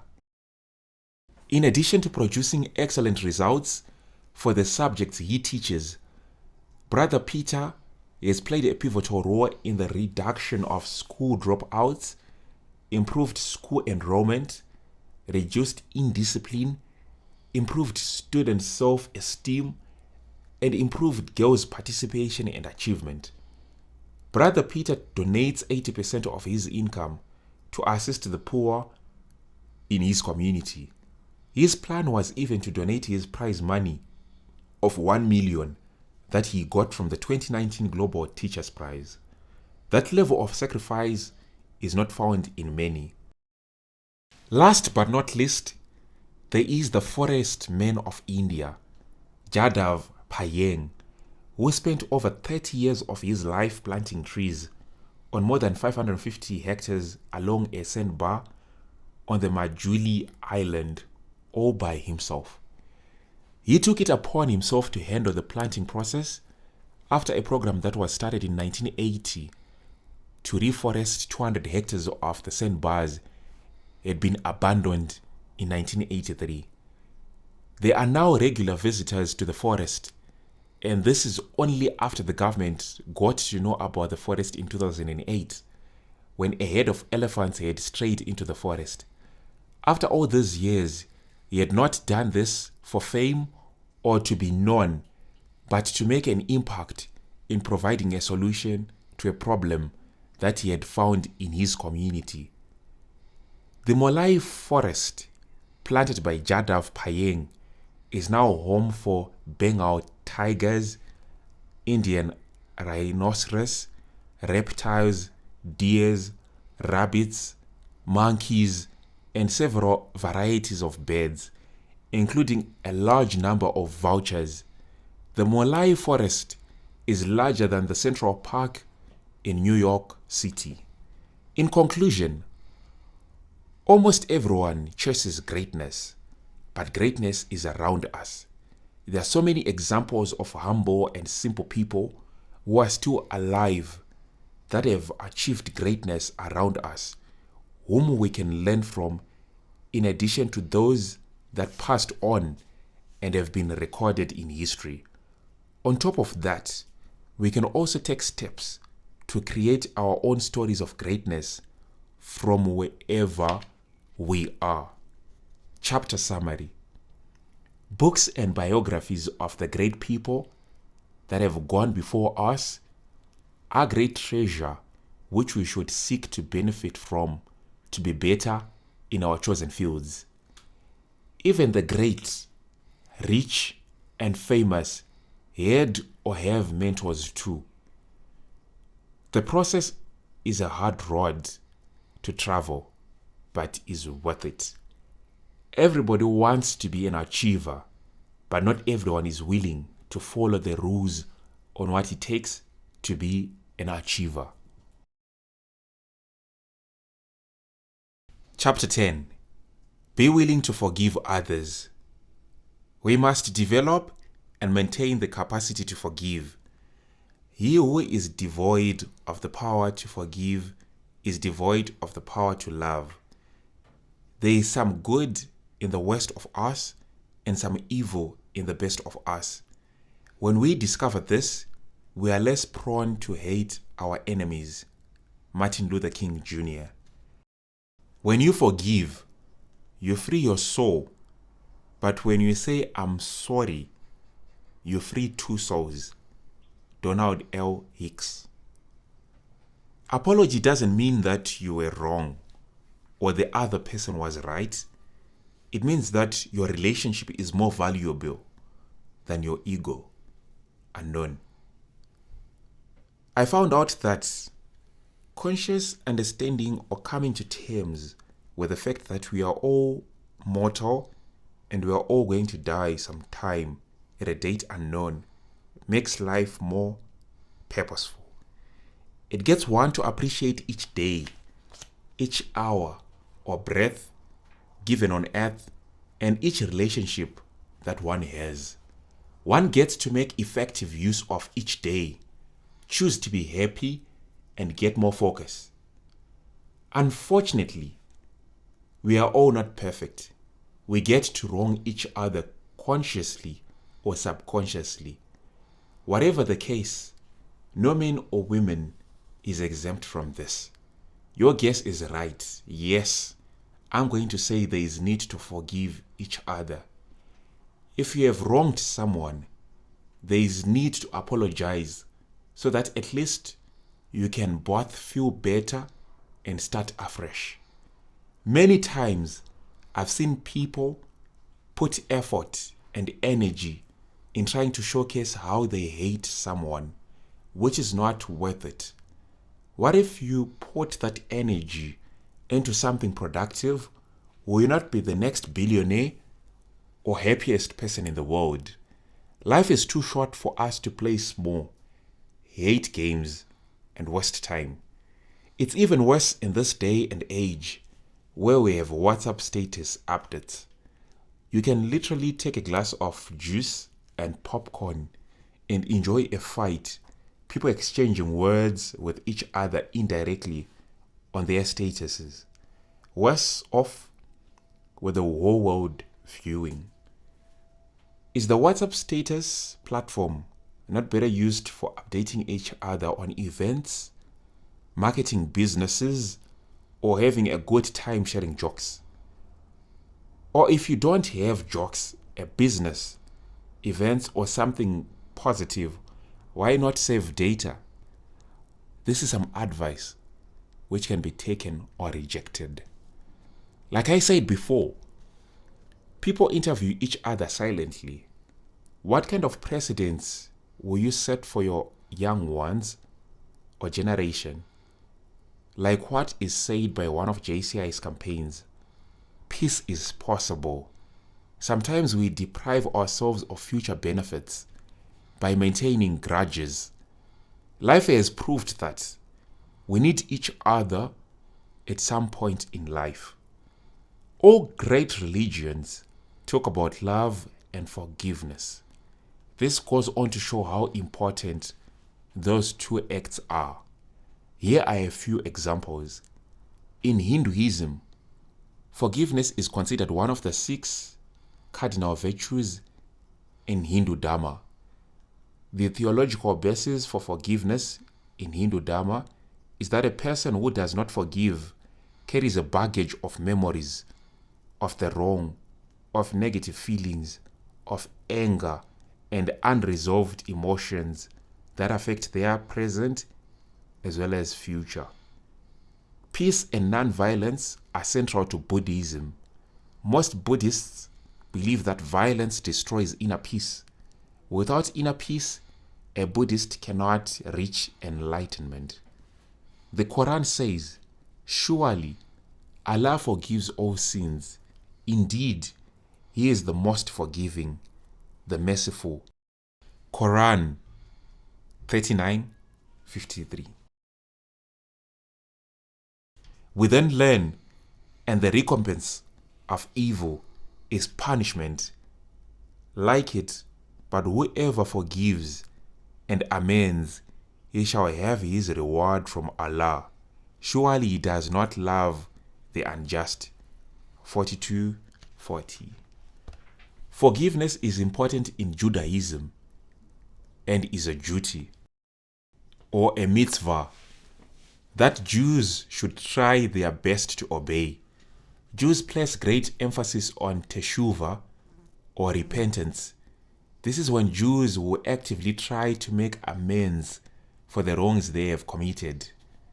The Bible in Ephesians chapter 4 verses 31-32 says, "Let all bitterness, wrath, anger, clamor, and evil speaking be put away from you with all malice, and be kind to one another, tender-hearted, forgiving one another, even as God in Christ forgave you."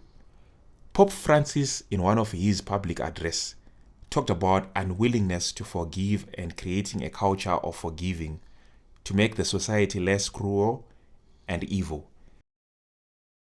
Every day we wound others in some way or another, but we are asked to immediately heal the wounds that we have caused and to restore the connections that have been damaged.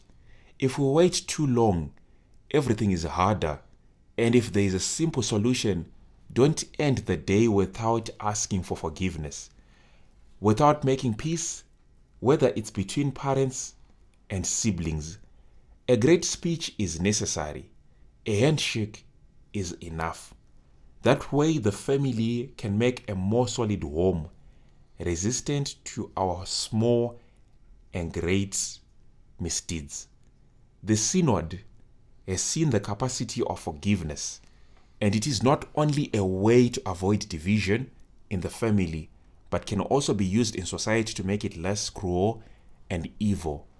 Don't carry hate or even go a step further to retaliate. Some of the effects of hate are: it never solves the problem. In many situations, it escalates the problem. This is when we see hate being passed on from generation to generation in families, creating a family third. It steals your energy. If you are not careful, you spend much time thinking about retaliation or how much you hate someone. It doesn't make you feel good in any way, but actually make you weak. Hate creates some extra burden that can easily disturb your peace of mind. Hate can easily affect your reputation. There are many examples of celebrities that have taken their private issues to the public through social media. This has affected the reputation of some people can easily form a negative impression of the kind of person who you are through that scene, and you might never get an opportunity to showcase the real you. Hate is destructive and it reduces productivity. The budgets for nations to maintain armies and weapons are horrifying. All these funds are spent just in case there is war. The United States of America's Department of Defense budget for 2019 alone was $686 billion. On the other hand, the United Nations estimated that 821 million people suffered from hunger in 2018. Ending poverty is the first of the Sustainable Development Goals, SDGs. What if the USA budget alone was spread over to assist those who were suffering from hunger? Each of the estimated 821 million people would get $835.57 USD. For a hunger-stricken person, this equates to a year of food. To go a step further, what if each country in the world contributed towards hunger through cutting defense budgets? Would that not be enough to eradicate hunger? A more vivid yet painful example of what hate and unresolved conflict can do is found in the Rwandan genocide, which took place between 7 April and 15 July 1994. The actual cause of the genocide is still not clear, but the general source was the deep resentment held by the Hutu ethnic majority against the minority Tutsis. This was a result of years of class conflict, economic segregation, and tensions which were fueled by the colonialist Belgium in a divide and rule tactic which deepened the conflict. Historically, Hutus were people who farmed crops, while Tutsis were people who tended livestock. Ethnically, they were one people. Most Rwandans were Hutus. Gradually, these class divisions became seen as ethnic designations. Because cattle were more valuable than crops, the minority Tutsis became the local elite. By the time Belgium took over the land in 1917 from Germany, who took it in 1884, an ethnic Tutsi elite had been the ruling monarchy for quite some time. The pot boiled over in 1994, where for 38 days a systematic slaughter of the Tutsis was carried out by the Hutus. An estimated close to 1 million Rwandans were killed. Sexual violence and rape of women was estimated to 500,000. The lasting effect was not felt in Rwanda only, but even with neighboring countries, which had to shelter refugees. Today, there are 2 public holidays in place in Rwanda to mourn the genocide. Denial and historical revisionism of the genocide is said to be a criminal offense.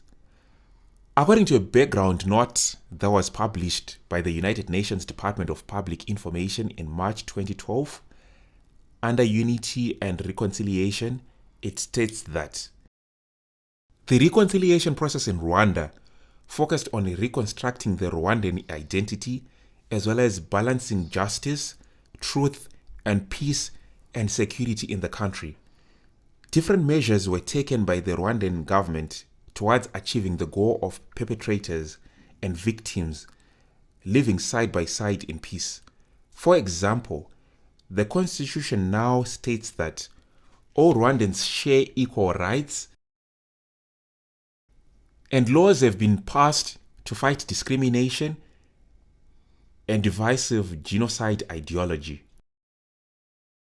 Primary responsibility for reconciliation efforts in Rwanda rests with the National Unity and Reconciliation Commission.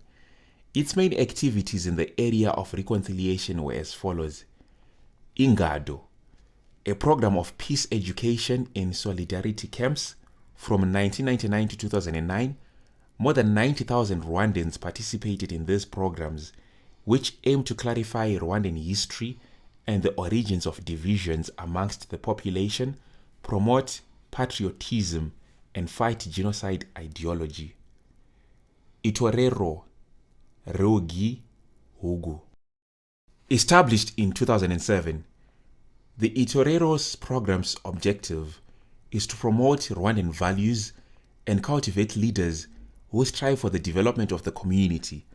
From 2007 to 2009, 115,228 participants took part in the Itorero program.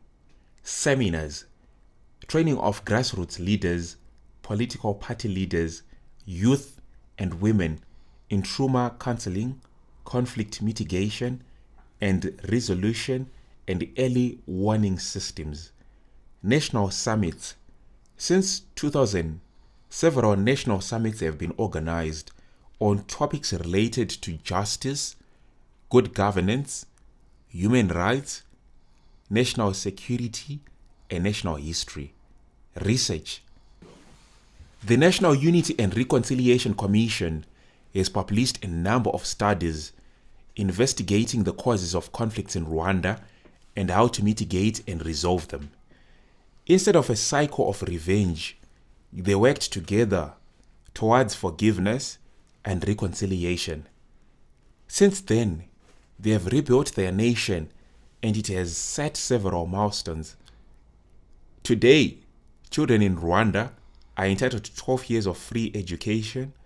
The country's steady economic growth has enabled it to pull millions of people out of poverty. 61.3% of seats in Rwanda's parliament are held by women, surpassing any other country in the world. In conclusion, it's not easy at times, but let's make an effort to forgive one another. We are all not perfect and will need the same at some point. Chapter summary. Use social media productively and in a positive way. Create a culture of forgiving and spread it to make peace. Forgiveness has the capacity to make the society less evil and more united. Safeguard your energy and use it productively. Hate does not produce any positive results.